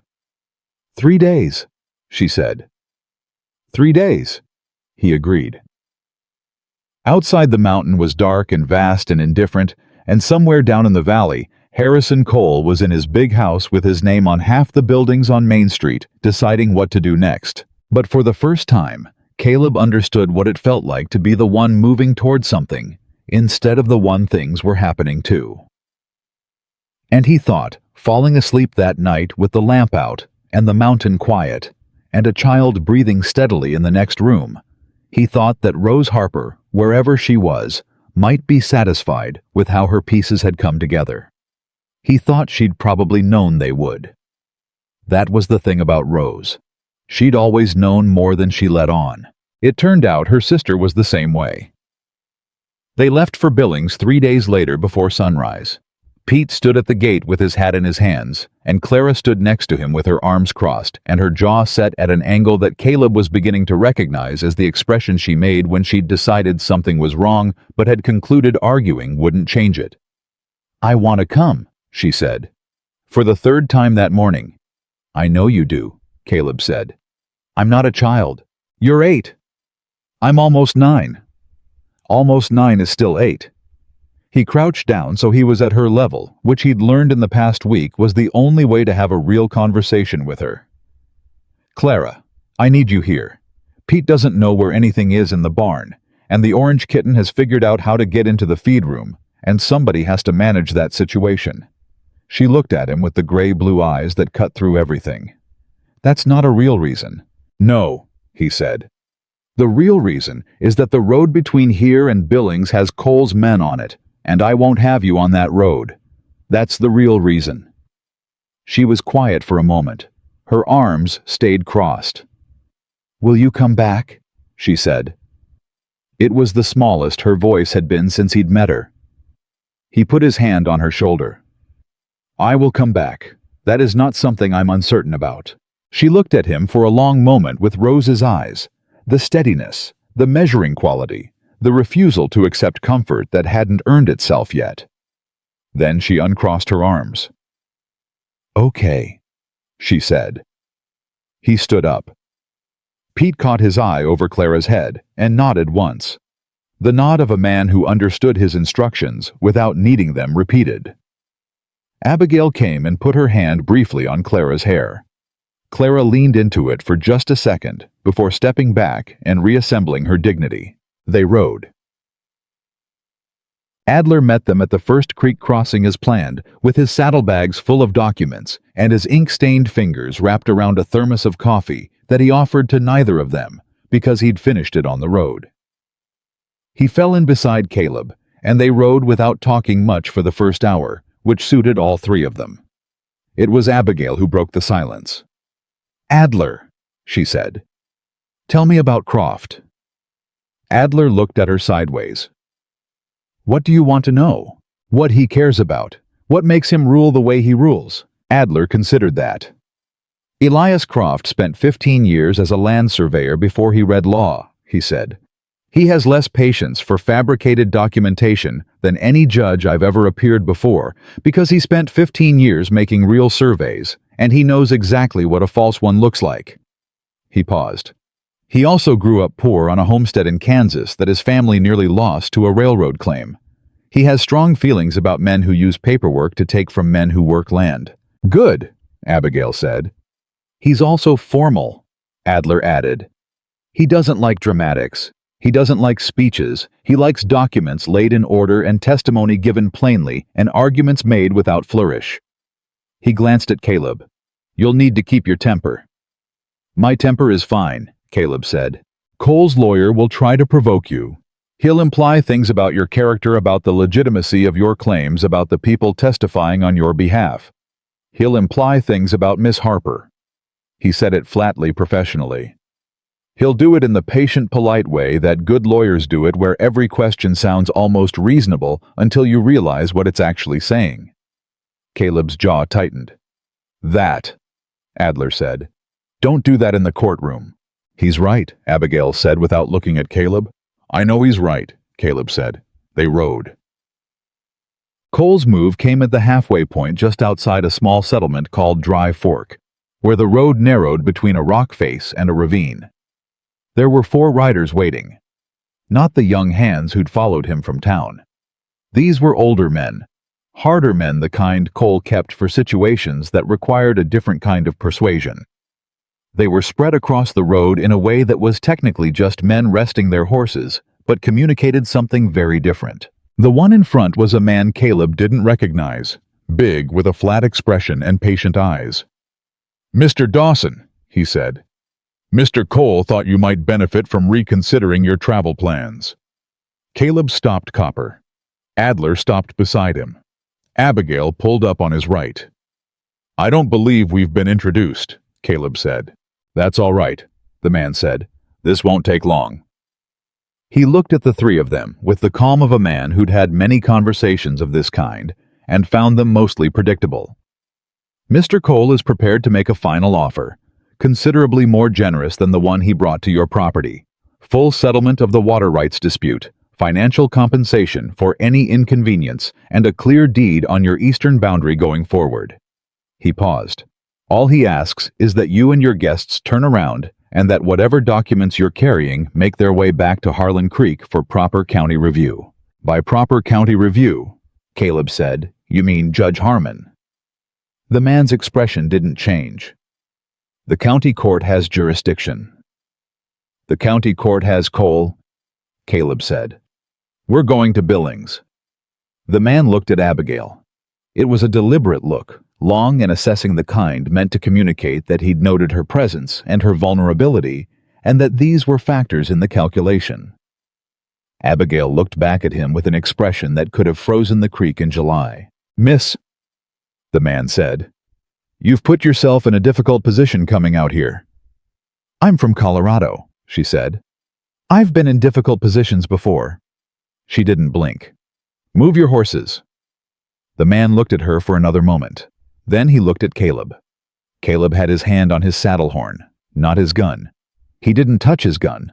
He just waited with the particular stillness of a man who had made decisions he was comfortable with and was now waiting for other people to make theirs. Adler, for his part, had produced a notebook and appeared to be writing something down, which was either genuine legal documentation or a performance of it, and either way, it was having an effect on the men watching him do it. "Your names, gentlemen," Adler said pleasantly. "For the record." None of them answered. "That's fine," Adler said, still writing. "We'll establish them through Cole's payroll records and discovery. Saves us the introduction." The man in front looked at Caleb for a long moment. Then he pulled his horse to the side. The others moved. They rode through without speaking. Caleb felt the space between his shoulders tighten and then loosen again as the sound of those horses faded behind them, and he didn't let himself look back until they'd put a quarter-mile between themselves and Dry Fork. When he did, the road was empty. "He'll telegraph Billings," Abigail said. "He has people there too." "I know," Caleb said, "but he doesn't have Croft." Billings was larger than Harlan Creek by a factor of 5, and it smelled like coal smoke and horses and the particular commercial industry of a town that had grown faster than it had planned. The territorial courthouse was on the north end of Main Street, a solid brick building that had the look of something meant to be permanent. Adler filed the motion for a stay on Harmon's injunction the morning after they arrived. Cole's attorney was already there. His name was Richard Fenn, and he was from Bozeman, and he wore a suit that had been made somewhere with better tailors than Montana could offer, and he had the careful, smooth manner of a man who'd been hired to make bad things sound reasonable, and had gotten very good at it. He looked at Adler's filing, and then at Caleb and Abigail, and said, "This is going to be a waste of everyone's time." "Possibly," Adler said. "Judge Croft will tell us." Fenn looked at Abigail. "Miss Harper, I understand you've come a long way." "I have," she said, Mr. Cole has nothing but sympathy for your situation, losing your sister, raising her child alone. He said it with a kind of practiced warmth that had nothing warm in it. He'd hate to see you drawn into a dispute that doesn't concern you over documents whose provenance is— He paused just slightly, uncertain. The provenance is documented, Abigail said, by the notary who filed the original survey, by the council member who witnessed the private meeting, and by 4 families who can speak to the pattern of behavior your client has engaged in for 20 years. She met his eyes without blinking. I look forward to presenting all of it to Judge Croft. Fenn looked at her for a moment with something that was almost genuine respect quickly suppressed. We'll see you in court, he said. Yes, she said. You will. The hearing before Judge Croft was set for the following morning. That night, Caleb couldn't sleep. He sat at the small desk in the boarding house room, and he read through the documents one more time, not because he'd missed anything, but because handling them made him feel like the ground was solid under his feet. There was a knock at the door at 9:30. It was Abigail. She was still dressed, which meant she hadn't slept either, and she had the leather portfolio under her arm and an expression that said she'd been thinking about something for a while and had decided to say it. Come in, he said. She came in and sat in the chair across from the desk and set the portfolio on her knees. She didn't open it. There's something I haven't told you, she said. He waited. Fenn filed a counter motion this afternoon, after we spoke to him in the courthouse. She looked at the portfolio. He's challenging my guardianship of Clara. He filed a petition claiming that Rose's documentation was improperly witnessed and that Clara should be remanded to, and I want you to hear the exact language, to the care of an appropriate family within the county. Caleb went still. Coles County, he said. Yes. He wants to use Clara to bring you back into Harmon's jurisdiction. Yes. Her voice was steady, impressively steady given what she was saying. If Croft rules on the stay tomorrow, the guardianship counter-motion becomes moot. It stays in the circuit court's jurisdiction.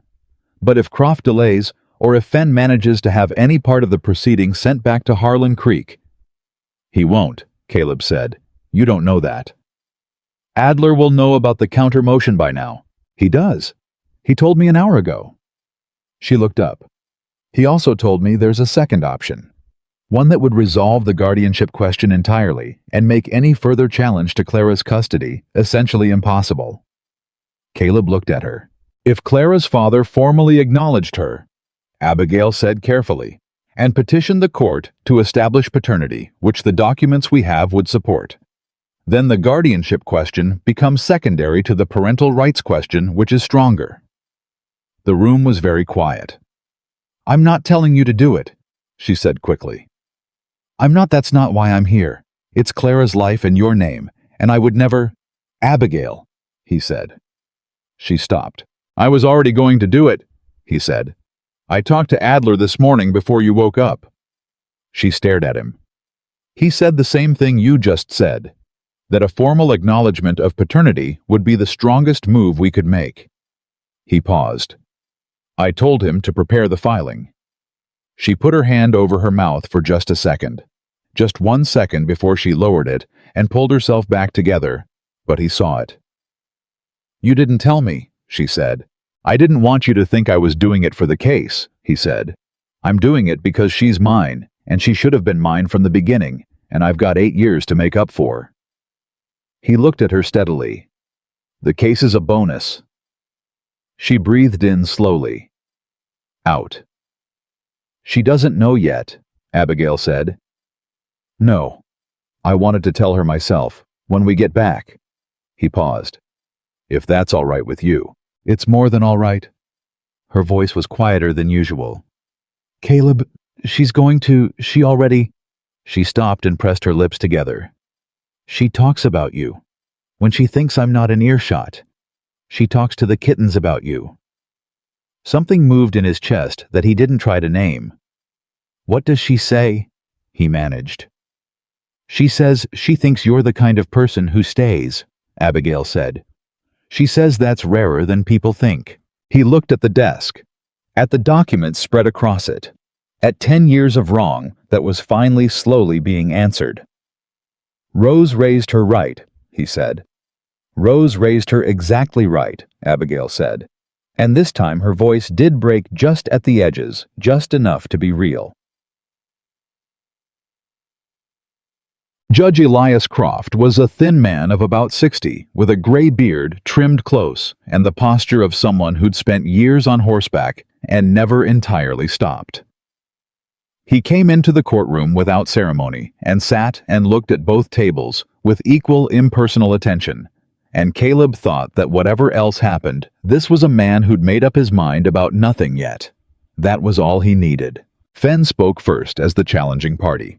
He was smooth and thorough, and he spoke about the county court's jurisdiction with the careful confidence of a man who'd prepared for 3 outcomes and was comfortable with all of them.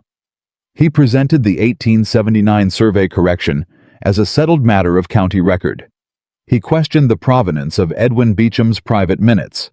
He noted with delicate implication that the original survey document had spent an unknown number of years outside proper custody in the possession of parties who had certain interests in the outcome. He was very good.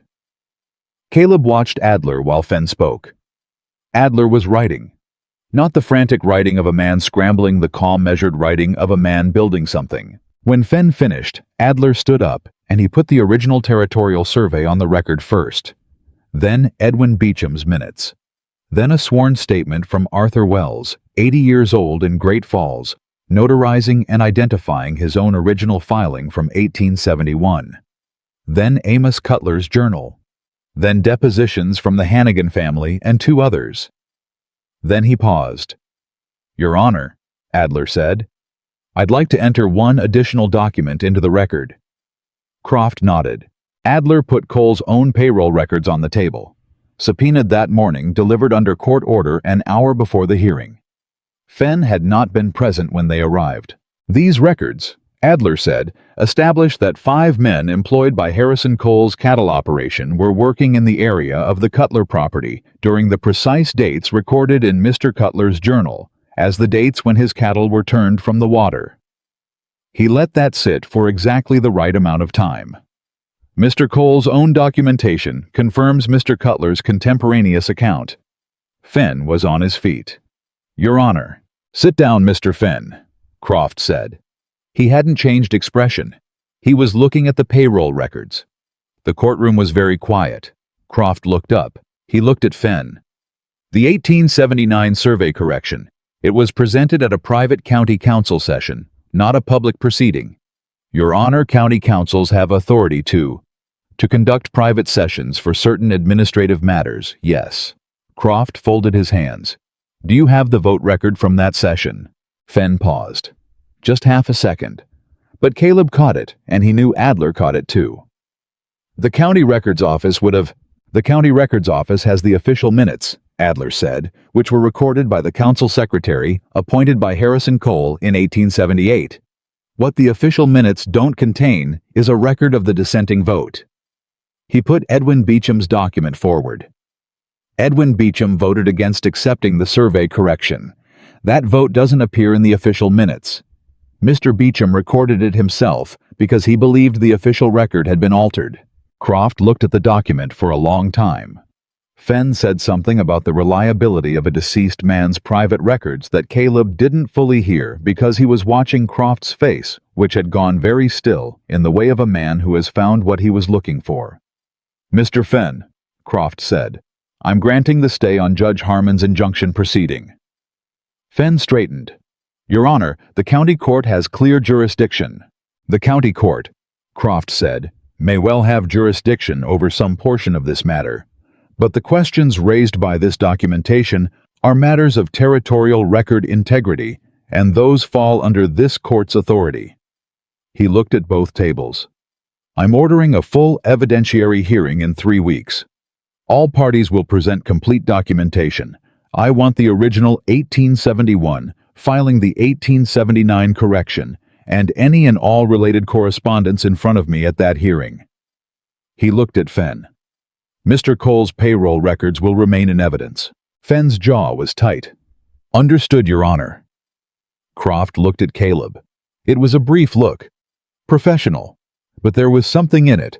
Recognition, maybe, of one type of man by another. "Mr. Dawson," he said, "these proceedings will take time. I'd advise you to ensure your water access remains intact in the interim." "I have that in hand, Your Honor," Adler said. "See that you do." Croft stood. Everyone in the room stood with him. "We're adjourned." Fenn caught them in the corridor. He was controlled. Caleb gave him that, but the control was working harder than it had been that morning. "This isn't over," he said. "No." Adler agreed pleasantly. "It isn't. There's still the matter of the formal paternity acknowledgement we filed this morning, which supersedes your guardianship counter-motion, and the evidentiary hearing in 3 weeks, and whatever comes after that." He straightened his papers. "Mr. Cole should budget some time." Fenn looked at Caleb. Not at Adler, at Caleb. "My client built this territory," he said. "The law you're using to come after him is the same law he helped establish." "Then he ought to recognize it," Caleb said, "when it comes back around." Fenn left without answering. Abigail was at Caleb's shoulder. She didn't say anything, but he felt the steadiness of her there, the particular quality of someone who had been holding their breath for a long time and had just let part of it go. 3 weeks, she said quietly. 3 weeks, Adler confirmed. And in those 3 weeks, Cole will try several things. He'll approach witnesses. He'll try to have the payroll records challenged. He may attempt to file in federal court on some pretext I don't think it'll hold, but we should be prepared. He looked at them both. What he won't do is make another private offer. That option is gone. He knows it. He knows it, Caleb said. The corridor was emptying around them, lawyers and clerks, and the general machinery of the court moving on to other business. The world, indifferent as it was, kept going. "I want to go home," Abigail said. It was the first time she'd called it that. She seemed to realize it at the same moment he did, because something moved across her face, a flash of something that might have been embarrassment, or might have been the opposite of embarrassment, the acknowledgement of something true. "I mean the ranch," she said. "I know what you meant," he said. He didn't say anything else about it. He wasn't going to make her qualify it. They rode out of Billings in the early afternoon, and the road back was longer than it had been going. The way roads always were, when you'd just done something that mattered. They didn't talk much. Adler peeled off at a junction to take the eastern route back toward Helena, and shook their hands, and said he'd be in touch within the week, and rode off with the efficiency of a man who had 4 other cases that had been waiting patiently. Caleb and Abigail rode the last 10 miles to the ranch in the particular quiet of 2 people who have been through something together and don't need to narrate it. Pete was at the gate. Clara was beside him. She'd apparently been at the gate for some time, based on the expression on Pete's face, which was the expression of a man who had been asked approximately 40 questions in the last hour, and had answered most of them. "I don't know. Ask him yourself."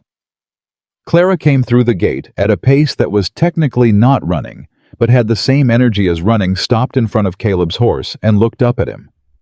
"You came back," she said. "I said I would," he said. "I know. But—" She stopped. Her jaw did the thing it did when she was deciding whether to say something. "But what?" he said. "I had a bad dream last night," she said. "Even though I don't have bad dreams anymore." She said it like this was an accusation. He dismounted. He crouched down to her level. "Clara," he said. "What?" "I need to tell you something. It's important, and I want you to hear all of it before you say anything." He waited. "Can you do that?" She looked at him with the measuring gaze. Then she nodded once. "Your mother and I knew each other a long time ago," he said. "Before you were born. We cared about each other, and then some things happened that kept us apart, and neither of us knew the full truth of why. Your Aunt Abigail came here to tell me that truth." He paused. "And part of that truth is that you're my daughter. By blood. Rose was your mother, and I'm your father, and I didn't know about you until 5 days ago. But I'm telling you now, plain and clear, so there's no question." Clara was very still. I filed papers in court this morning that say so officially, he said. So it's not just something I'm telling you, it's a fact that the law knows about. He met her eyes. I understand that's a lot, and I understand if you need time to think about it, or if you have questions, or if you're angry about it. You can be any of those things. I'm not going anywhere. She stared at him. He waited. She said, I already knew. He blinked. I knew when I saw you, she said with the matter-of-fact certainty of a child who has worked something out and is mildly surprised the adults are only now catching up. Mama had a photograph. I only saw it twice, but I remembered it. She looked at his face. You look the same, just older and more worried. He heard Abigail make a sound behind him that was definitely a laugh caught and compressed into something else. You knew, he said. I suspected, Clara corrected with great precision. I didn't want to say anything in case I was wrong, and it made things weird. She paused. Aunt Abby knew I suspected. She said I should wait for you to say it yourself. He looked over his shoulder at Abigail. Abigail put her hands up slightly. She's 8, she said. She notices things. He turned back to Clara. Is this all right? He said. With you. She considered the question with her usual seriousness. Then she said, The kittens missed you too. The orange one kept going to the door.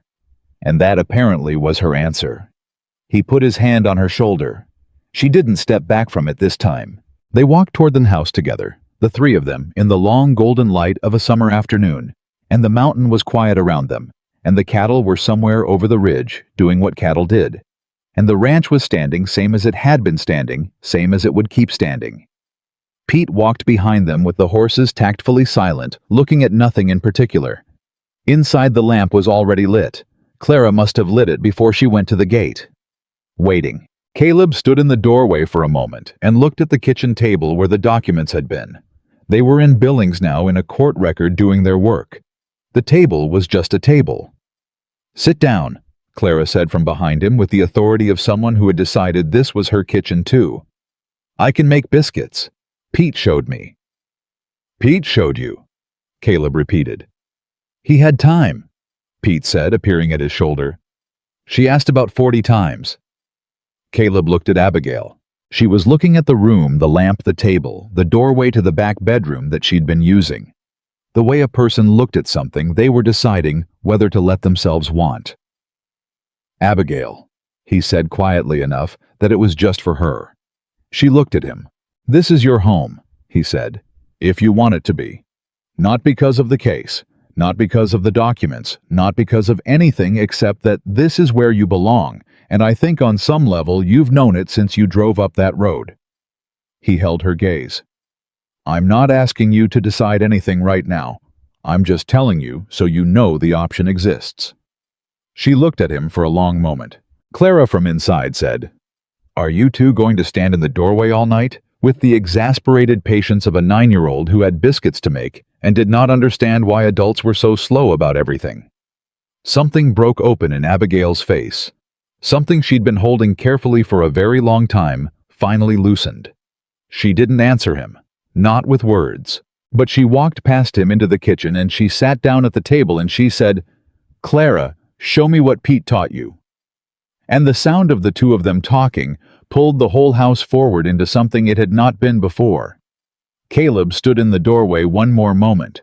The mountain was dark behind him, but ahead the lamp was burning. He stepped inside and closed the door. The 3 weeks between the hearing and the full evidentiary proceeding were the longest and the shortest of Caleb's life, both at once, which was a contradiction he didn't try to resolve. Long because Cole didn't stop. He never stopped. He was a man who'd spent 20 years making things happen through patience and quiet pressure, and just because a territorial judge had granted a stay didn't mean he'd learned a different way of operating. The first week back from Billings, 2 of Caleb's fence lines were cut again. Not the eastern section this time, the north pasture where the summer cattle were running.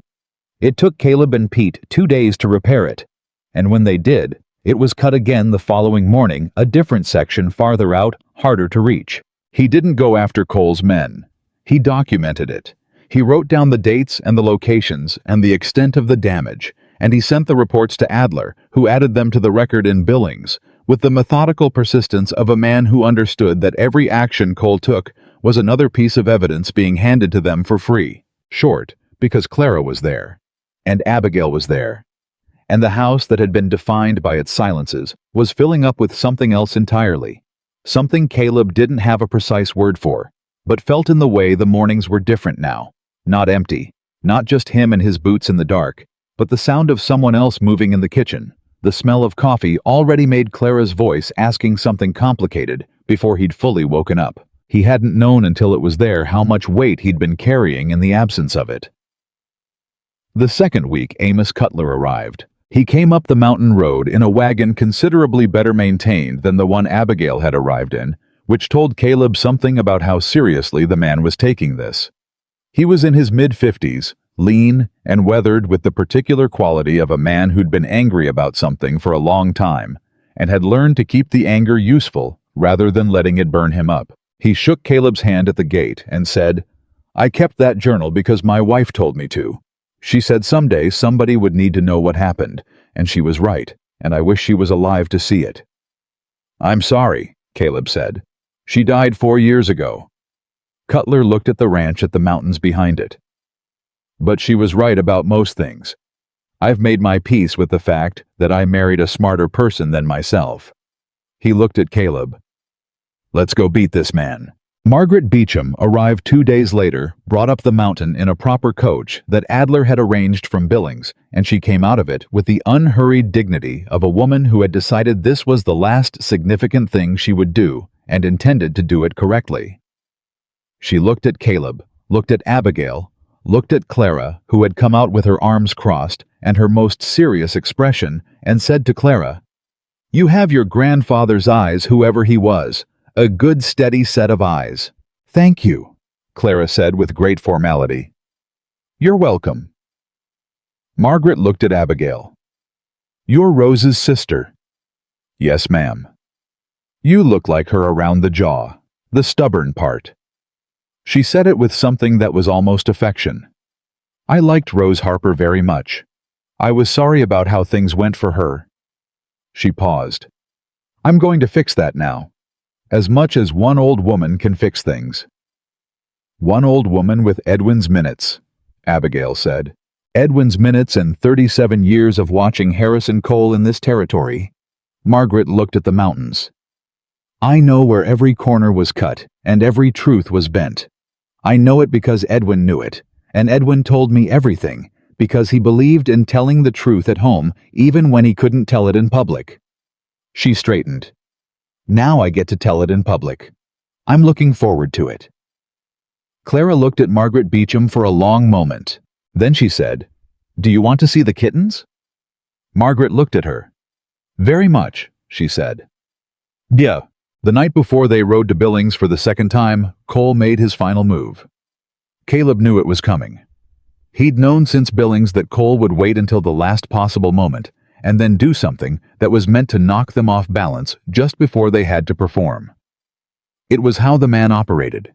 He understood timing, understood that a person walking into a courtroom shaken was a different person than one who'd had time to settle. What he hadn't anticipated was what Cole would use. It was Douglas who came. Not hired men this time, not Fenn with his smooth implications. Douglas Cole himself riding up the mountain road in the late evening with 2 men behind him coming to the front gate like someone who'd decided on a particular kind of boldness. Caleb came out when he heard the horses. "Douglas," he said. Douglas looked at him from horseback. He had something in his hand, a folded document which he held out without dismounting, which was either a power play or a physical reluctance to stand on Caleb's ground. Caleb walked to the gate and took it. He read it standing there.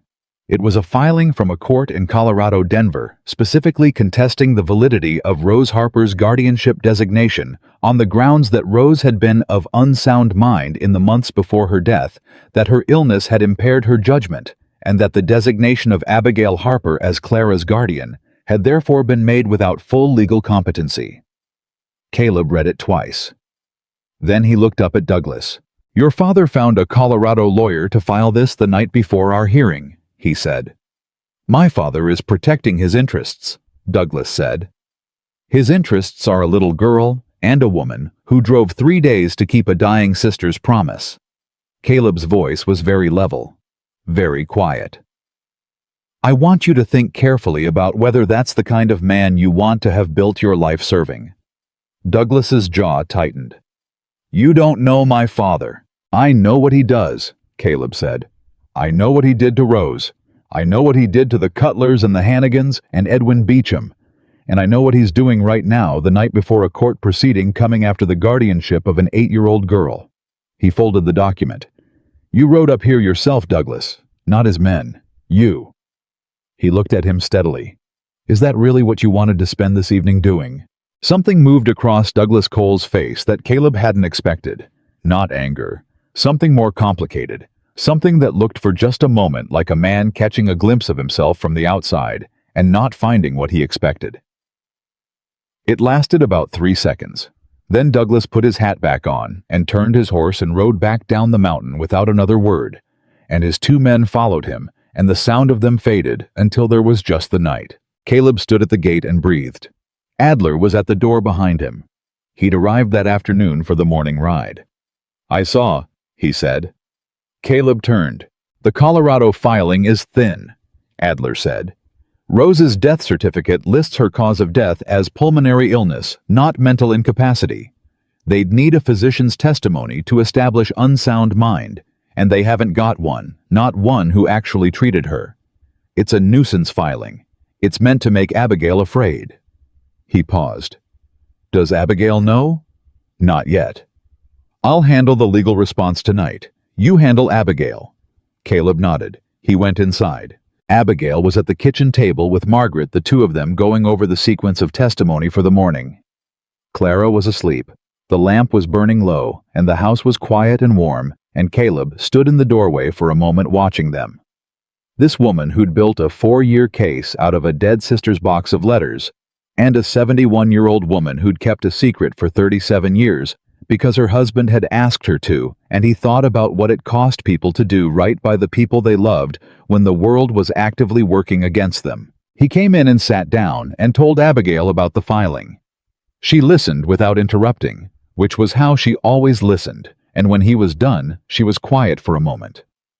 "He's scared," she said. "Yes." "Good." She looked at Margaret.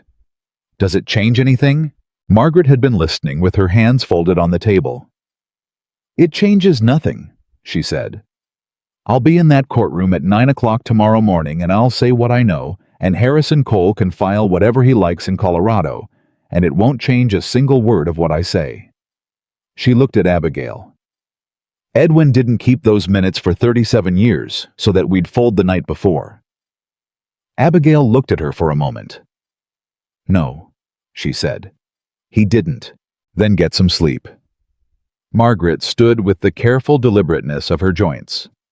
"We have work in the morning." The courtroom in Billings was fuller than the first hearing. Word had gotten out the way it always did in territories where information traveled faster than people thought it should, and the gallery had people in it that Caleb recognized from Harlan Creek, and people he didn't recognize from places he couldn't guess. Amos Cutler sat in the front row with his hat on his knee.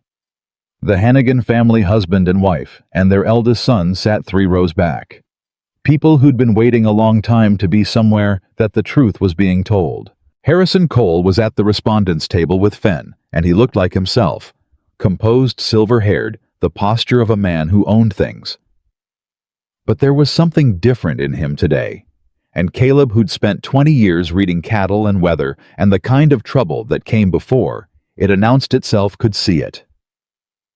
Cole was watching the gallery. He was counting the faces, and he was understanding for the first time what had been assembled against him. Croft came in, and the room stood and sat, and the work began. Adler had arranged the testimony in a specific sequence, and Caleb understood the architecture of it when he saw it in action. He didn't start with the documents. He started with Amos Cutler. Cutler took the stand, and he told his story plainly in the flat, factual voice of a man who'd gone over it many times and had stripped away everything except what happened. He described the months when his cattle were turned from the water. He described the offers Cole's men had made to buy his land at prices that made no sense unless you understood that they were buying desperation, not acreage.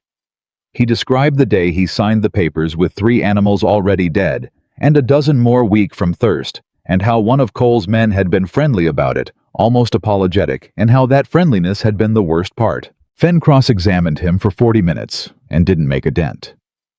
Then the Hannigans. The same story in different details, the same pattern underneath.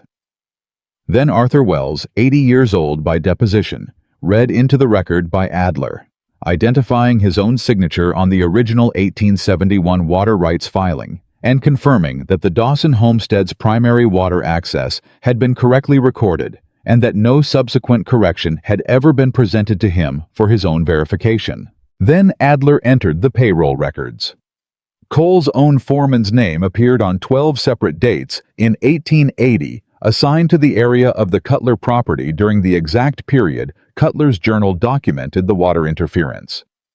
Fenn objected to the record's admissibility on technical grounds that Croft overruled in a voice that suggested he'd heard the objection already and found it unpersuasive.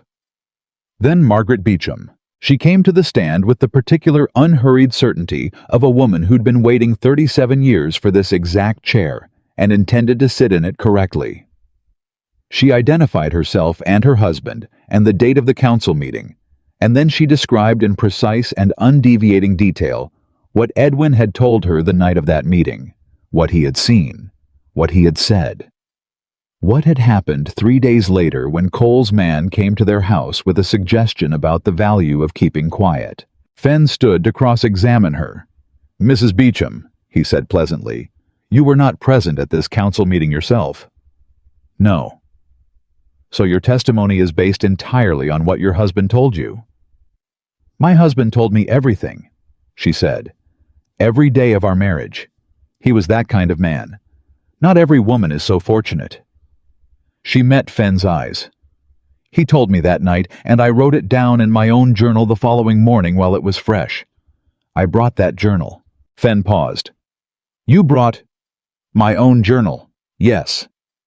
She looked at Croft. "I'd like to enter it into evidence if that's appropriate, Your Honor." "Edwin's account in his minutes and my own written record of what he told me the following morning.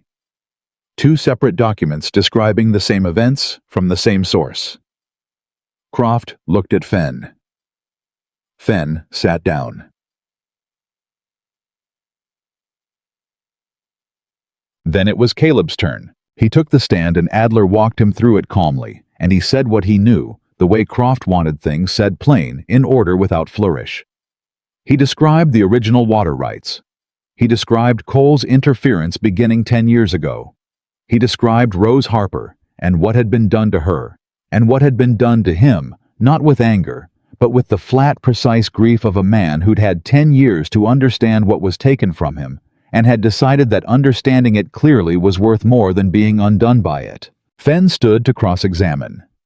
"Mr. Dawson," Fenn said, "you've made serious allegations about my client's personal conduct toward a woman named Rose Harper, who is deceased and cannot speak to these matters herself." "She spoke to them in letters," Caleb said. "They're in evidence.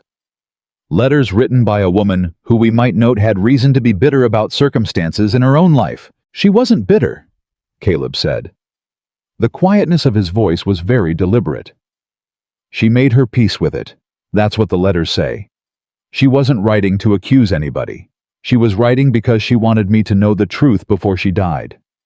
He looked at Fenn steadily. "The bitterness is mine. I'm the one who lost 10 years. Fenn shifted. "And yet you're asking this court to act on the word of a deceased woman, a journal kept by a man who sold his land under arguably ordinary business circumstances, the private notes of a council member who is also deceased, and the recollections of his elderly widow, and the payroll records," Caleb said, "and Arthur Wells's deposition, and the original 1871 filing, and the 4 families sitting in that gallery who can tell you the same story in different details." He paused. You can call all of us liars, Mr. Fenn. That's your job. But you're going to need to explain why all of us are lying in the same direction." Fenn looked at him for a long moment. "Nothing further," he said. Cole took the stand in his own defense. It was a calculation Fenn had clearly wrestled with because a man who didn't testify looked guilty, and a man who did testify could be cross-examined. Cole had decided that Harrison Cole on the stand was more useful than Harrison Cole's absence, and Caleb could see the reasoning the man was compelling, measured the voice of someone who'd been the most reasonable person in the room for 30 years and had learned to perform it perfectly. He spoke about building the valley. He spoke about the water management his operation had brought. He spoke about the 1879 correction as a simple administrative matter, a clerical fix to an original error routine, and unremarkable. He spoke about Rose Harper with what sounded like genuine regret that he'd tried to help a woman in difficult circumstances, that he'd been misunderstood, that the suggestion his actions had been anything but neighborly was painful to him. He was very good. Adler stood up for cross-examination. "Mr. Cole," he said, "in 1880 you employed a man named Hector Brand as your ranch foreman." "Yes." "Brand appears in your payroll records on 14 dates between July and September of that year, assigned to what the records describe as the South Valley Water Management Detail." "We had a crew working on irrigation infrastructure that summer, yes." "The South Valley Water Management Detail," Adler repeated. "That's your language. From your own records." He looked at the document. "The Cutler property is in the South Valley." "There are many properties in the South Valley. The Cutler property is the only one adjacent to the South Creek tributary that changed ownership that autumn." Adler paused. "Mr. Cutler sold you 40 acres in October 1880. He describes in a journal maintained contemporaneously cattle being turned from the water between July and September of that year." He looked up at Cole. "Your own records place your foreman and a crew in that area during those exact months. Can you explain that coincidence?" Cole looked at Fenn. "Objection," Fenn said. "Calls for speculation." "I'm asking him to explain his own payroll records," Adler said pleasantly. "Not speculate about someone else's." Croft looked at Cole. "You may answer." Cole was quiet for a moment that lasted just slightly too long. "Water management work sometimes affects neighboring properties," he said. "That's the nature of irrigation. It's not always intentional." 14 dates of crew deployment, Adler said. Over 3 months. None of it documented in any county irrigation record. None of it reported to any neighboring landowner as required by territorial water statute. He set the papers down. "Mr. Cole, what was your crew doing on those 14 dates?" Cole said something about incomplete records and the complexity of large operations, and Caleb stopped listening to the words and watched the gallery instead. He watched Amos Cutler's face, which was very still in the way of a man hearing the thing he knew to be true, finally being said in a room where it had authority. He watched the Hannigans, husband and wife, the wife's hand over her husband's on his knee. He watched Margaret Beecham sitting straight, watching Cole with an expression of complete and patient certainty. He watched the people of Harlan Creek who had come to sit in the gallery of a courthouse 60 miles from home because something in them had understood that this was the reckoning they'd been waiting for, even if they hadn't known they were waiting. Cole's composure was intact when he left the stand. Barely.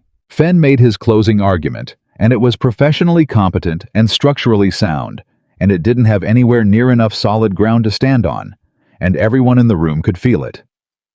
Adler made his closing argument in 12 minutes.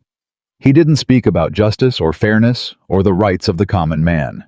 He spoke about documents. He laid out the documentary record in order, each piece connecting to the next, and he said what the record showed, and he stopped talking. Croft didn't deliberate long. He came back in 40 minutes. He said that the original 1871 water rights registration for the Dawson property was valid and correctly recorded, and that the 1879 correction had been conducted outside proper public process, and without adequate documentation of the error it purported to fix, and that in the absence of a legitimate correction, the original registration stood. He said that the evidence presented indicated a pattern of conduct by Harrison Cole and agents acting on his behalf that constituted interference with water access rights belonging to multiple property holders in the valley, and that he was referring the matter to the Territorial Attorney General for investigation of potential fraud in the county records office. He said that the counter-motion challenging Abigail Harper's guardianship of Clara Dawson was denied on its merits, and that the Colorado filing was formally dismissed as without evidentiary foundation. He said the stay on Judge Harmon's injunction proceeding was made permanent. He said the Dawson water rights were restored and protected by order of the Circuit Court. He said court was adjourned.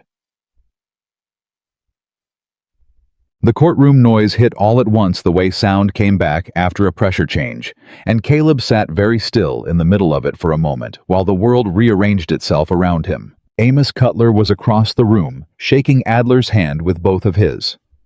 The Hannigans were standing up the wife with her hands over her face for just a moment before she pulled them down and composed herself. Margaret Beecham remained seated as if she'd earned the right to let the moment come to her rather than going to it, and she looked at no one in particular with an expression of profound private satisfaction. Abigail was beside Caleb. He looked at her. Her eyes were bright. Not crying, Abigail Harper didn't cry in public. He'd learned that about her. But the brightness was there, the thing underneath the composure that she let out only in controlled small amounts. Like a woman who'd learned that too much feeling at once was a vulnerability, and hadn't entirely forgotten that lesson even now. "It's done," she said. "It's done," he said. She breathed in, out. Rose would have... She stopped. "I know," he said. She nodded once. Then she straightened, and the brightness went back to its usual managed depth, and she was herself again, competent and clear, and ready for whatever the next thing was. Cole left without speaking to anyone. Fenn gathered his papers with the efficiency of a man moving on to the next case. The world, Caleb thought, kept going for everyone, but not the same as before. They were 2 hours out of Billings on the road home when Caleb pulled Copper alongside Abigail's horse and rode without speaking for a while, which was something he'd come to understand she didn't mind. She was a woman who was comfortable with silence, the way some people were comfortable with it, not because they had nothing to say, but because they'd learned that the right things tended to arrive in their own time. He let the quiet run until it felt like the right time. "Abigail," he said. "Yes. I've been thinking about something for about 3 weeks, and I've been waiting until this was over to say it because I didn't want you to think it was about the case or the documents or any of the rest of it." She looked at him sideways. "Waiting.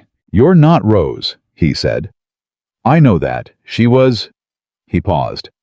"She was the first person I ever loved, and losing her the way I lost her left a mark I carried for 10 years. I'm not going to pretend otherwise." He held her gaze. "But you're not Rose. You're somebody completely different. And I've spent 3 weeks watching you be completely different, and thinking that it might be the most remarkable thing I've seen in a long time." She looked at him for a moment. "Caleb," she said. "I'm not finished." She closed her mouth. "You came up my road because you made a promise," he said. "You stayed because of Clara. You built a 4-year case because you couldn't stand to let a wrong go unanswered. All of that is who you are, not something you did." He paused. "And I'd like to know who you are for longer than 3 weeks, considerably longer, if that's something you want." She looked at the road ahead. He waited. The mountain was around them, the summer afternoon long and golden and warm, and the road home was still 2 hours out, and he had all the time there was. "I told myself when I came here," she said, "that this was for Rose, and for Clara, and that I wasn't going to..." She stopped. "I had a plan. I'd explained it to myself very carefully. I would come, and I would give you the letters, and I would present the case, and then Clara would know her father, and the wrong would be addressed, and I would..." She paused again. "And then what?" he said. She looked at the road. "I didn't have a clear picture of the then what." "That's interesting," he said, "given how clearly you'd pictured everything else." She looked at him, and there it was, the real smile, the one she didn't catch in time, the one that changed her face into something he hadn't seen before. "Don't read too much into that," she said. "I'm not reading anything into it," he said. "I'm just noting it." She looked at the road again, but the smile was still there at the corner. "I'd like to stay," she said quietly. "Not because of Clara. Not because I don't have anywhere else to go. Because I do. I built a life in Colorado, and it was a good one. Because I want to." She paused. "Because in 3 weeks I've seen what you are, and I think it might be worth finding out more about it. And because—" Another pause. "Because when I told Clara we were going home, and she knew I meant the ranch, I felt something I haven't felt in a long time." "What?" he said. "Like the thing I didn't know I was looking for had been up a mountain the whole time," she said. "Waiting to be found." He looked at her for a long moment. Then he said, "I've got a second bedroom that's been waiting for something for 10 years, and a barn full of kittens, and a daughter who already treats your kitchen like it belongs to her." He paused. "And I'd like to ask you properly when the time is right. I'm not asking right now. I just want you to know I intend to." She looked at him. "That's a very deliberate statement." "I'm a deliberate man. I've noticed." They rode for another moment in comfortable silence. Then she said, "When the time is right." "Yes." "And who decides when that is?" "I imagine you'll let me know," he said. She laughed. Actually laughed out loud, the kind that surprised her, and the sound of it went out into the afternoon, and the mountain took it in, and Caleb thought he could probably spend a considerable amount of time trying to produce that particular sound again. Clara was at the gate. Pete was there too, which meant Pete had been failing to convince her to go inside for at least an hour, which was evidenced by Pete's expression of a man who had tried. Clara looked at them as they rode in, and she did the thing she did, where she assessed everything first before she said anything. Then she said, "Did you win?" "We won," Caleb said. She nodded once like she'd never had serious doubts, but had been prepared to be disappointed by adults before, and was relieved not to be. "Margaret Beecham won," Abigail said. "And Amos Cutler won. And the Hannigans. A lot of people won today." "But we won too," Clara said. "Yes," Caleb said. "We won too." Clara looked at him for a moment. Then she said, "Pete burned the biscuits." "I didn't burn them," Pete said with dignity. "I darkened them." "They were black," Clara said. "They were well done." "They were black, and one of them broke the fence when I threw it." Pete looked at Caleb with the expression of a man requesting rescue. Caleb dismounted and handed Copper's reins to Pete and looked at Clara. "Come on then," he said. "Show me what's left." She took his hand with the matter-of-fact naturalness of a child who had decided this was simply something she did now, and they walked toward the house together. He felt her hand in his, and he thought about Rose the way he always would, the way she deserved, not with the ache of 10 lost years, but with the particular complicated tenderness of a man who understood now that love didn't end when people left. It changed shape. It became the child walking beside him. It became the woman behind him dismounting, with the ease of someone who'd been riding this road her whole life. It became the house ahead, with the lamp in the window that Clara had lit before she went to the gate. Waiting. At the door, Clara stopped. She looked up at him with Rose's eyes and Caleb's steadiness and something entirely her own. "Are we staying?" she said. "For good, all of us." He looked past her at Abigail, who had come up behind them and was standing close enough that he could see exactly what was in her face. The hope she'd stopped letting herself have somewhere along the 4 hard years of keeping someone else's promise coming back slowly now, careful as a thing that had been hurt before. "Yes," he said. He said it to Clara. He said it to Abigail. He said it to the mountain and the ranch, and the 10 years that had taken everything, and the 3 weeks that had given it back in a shape he hadn't expected and was not going to waste. "Yes," he said again. "All of us. For good." Clara nodded satisfied and went inside. Abigail stopped beside him in the doorway. She didn't say anything. She just looked at him for a long, clear moment, the kind of looking that said everything that was left to be said. Then she went inside. He stood in the doorway one last time and looked at the mountain.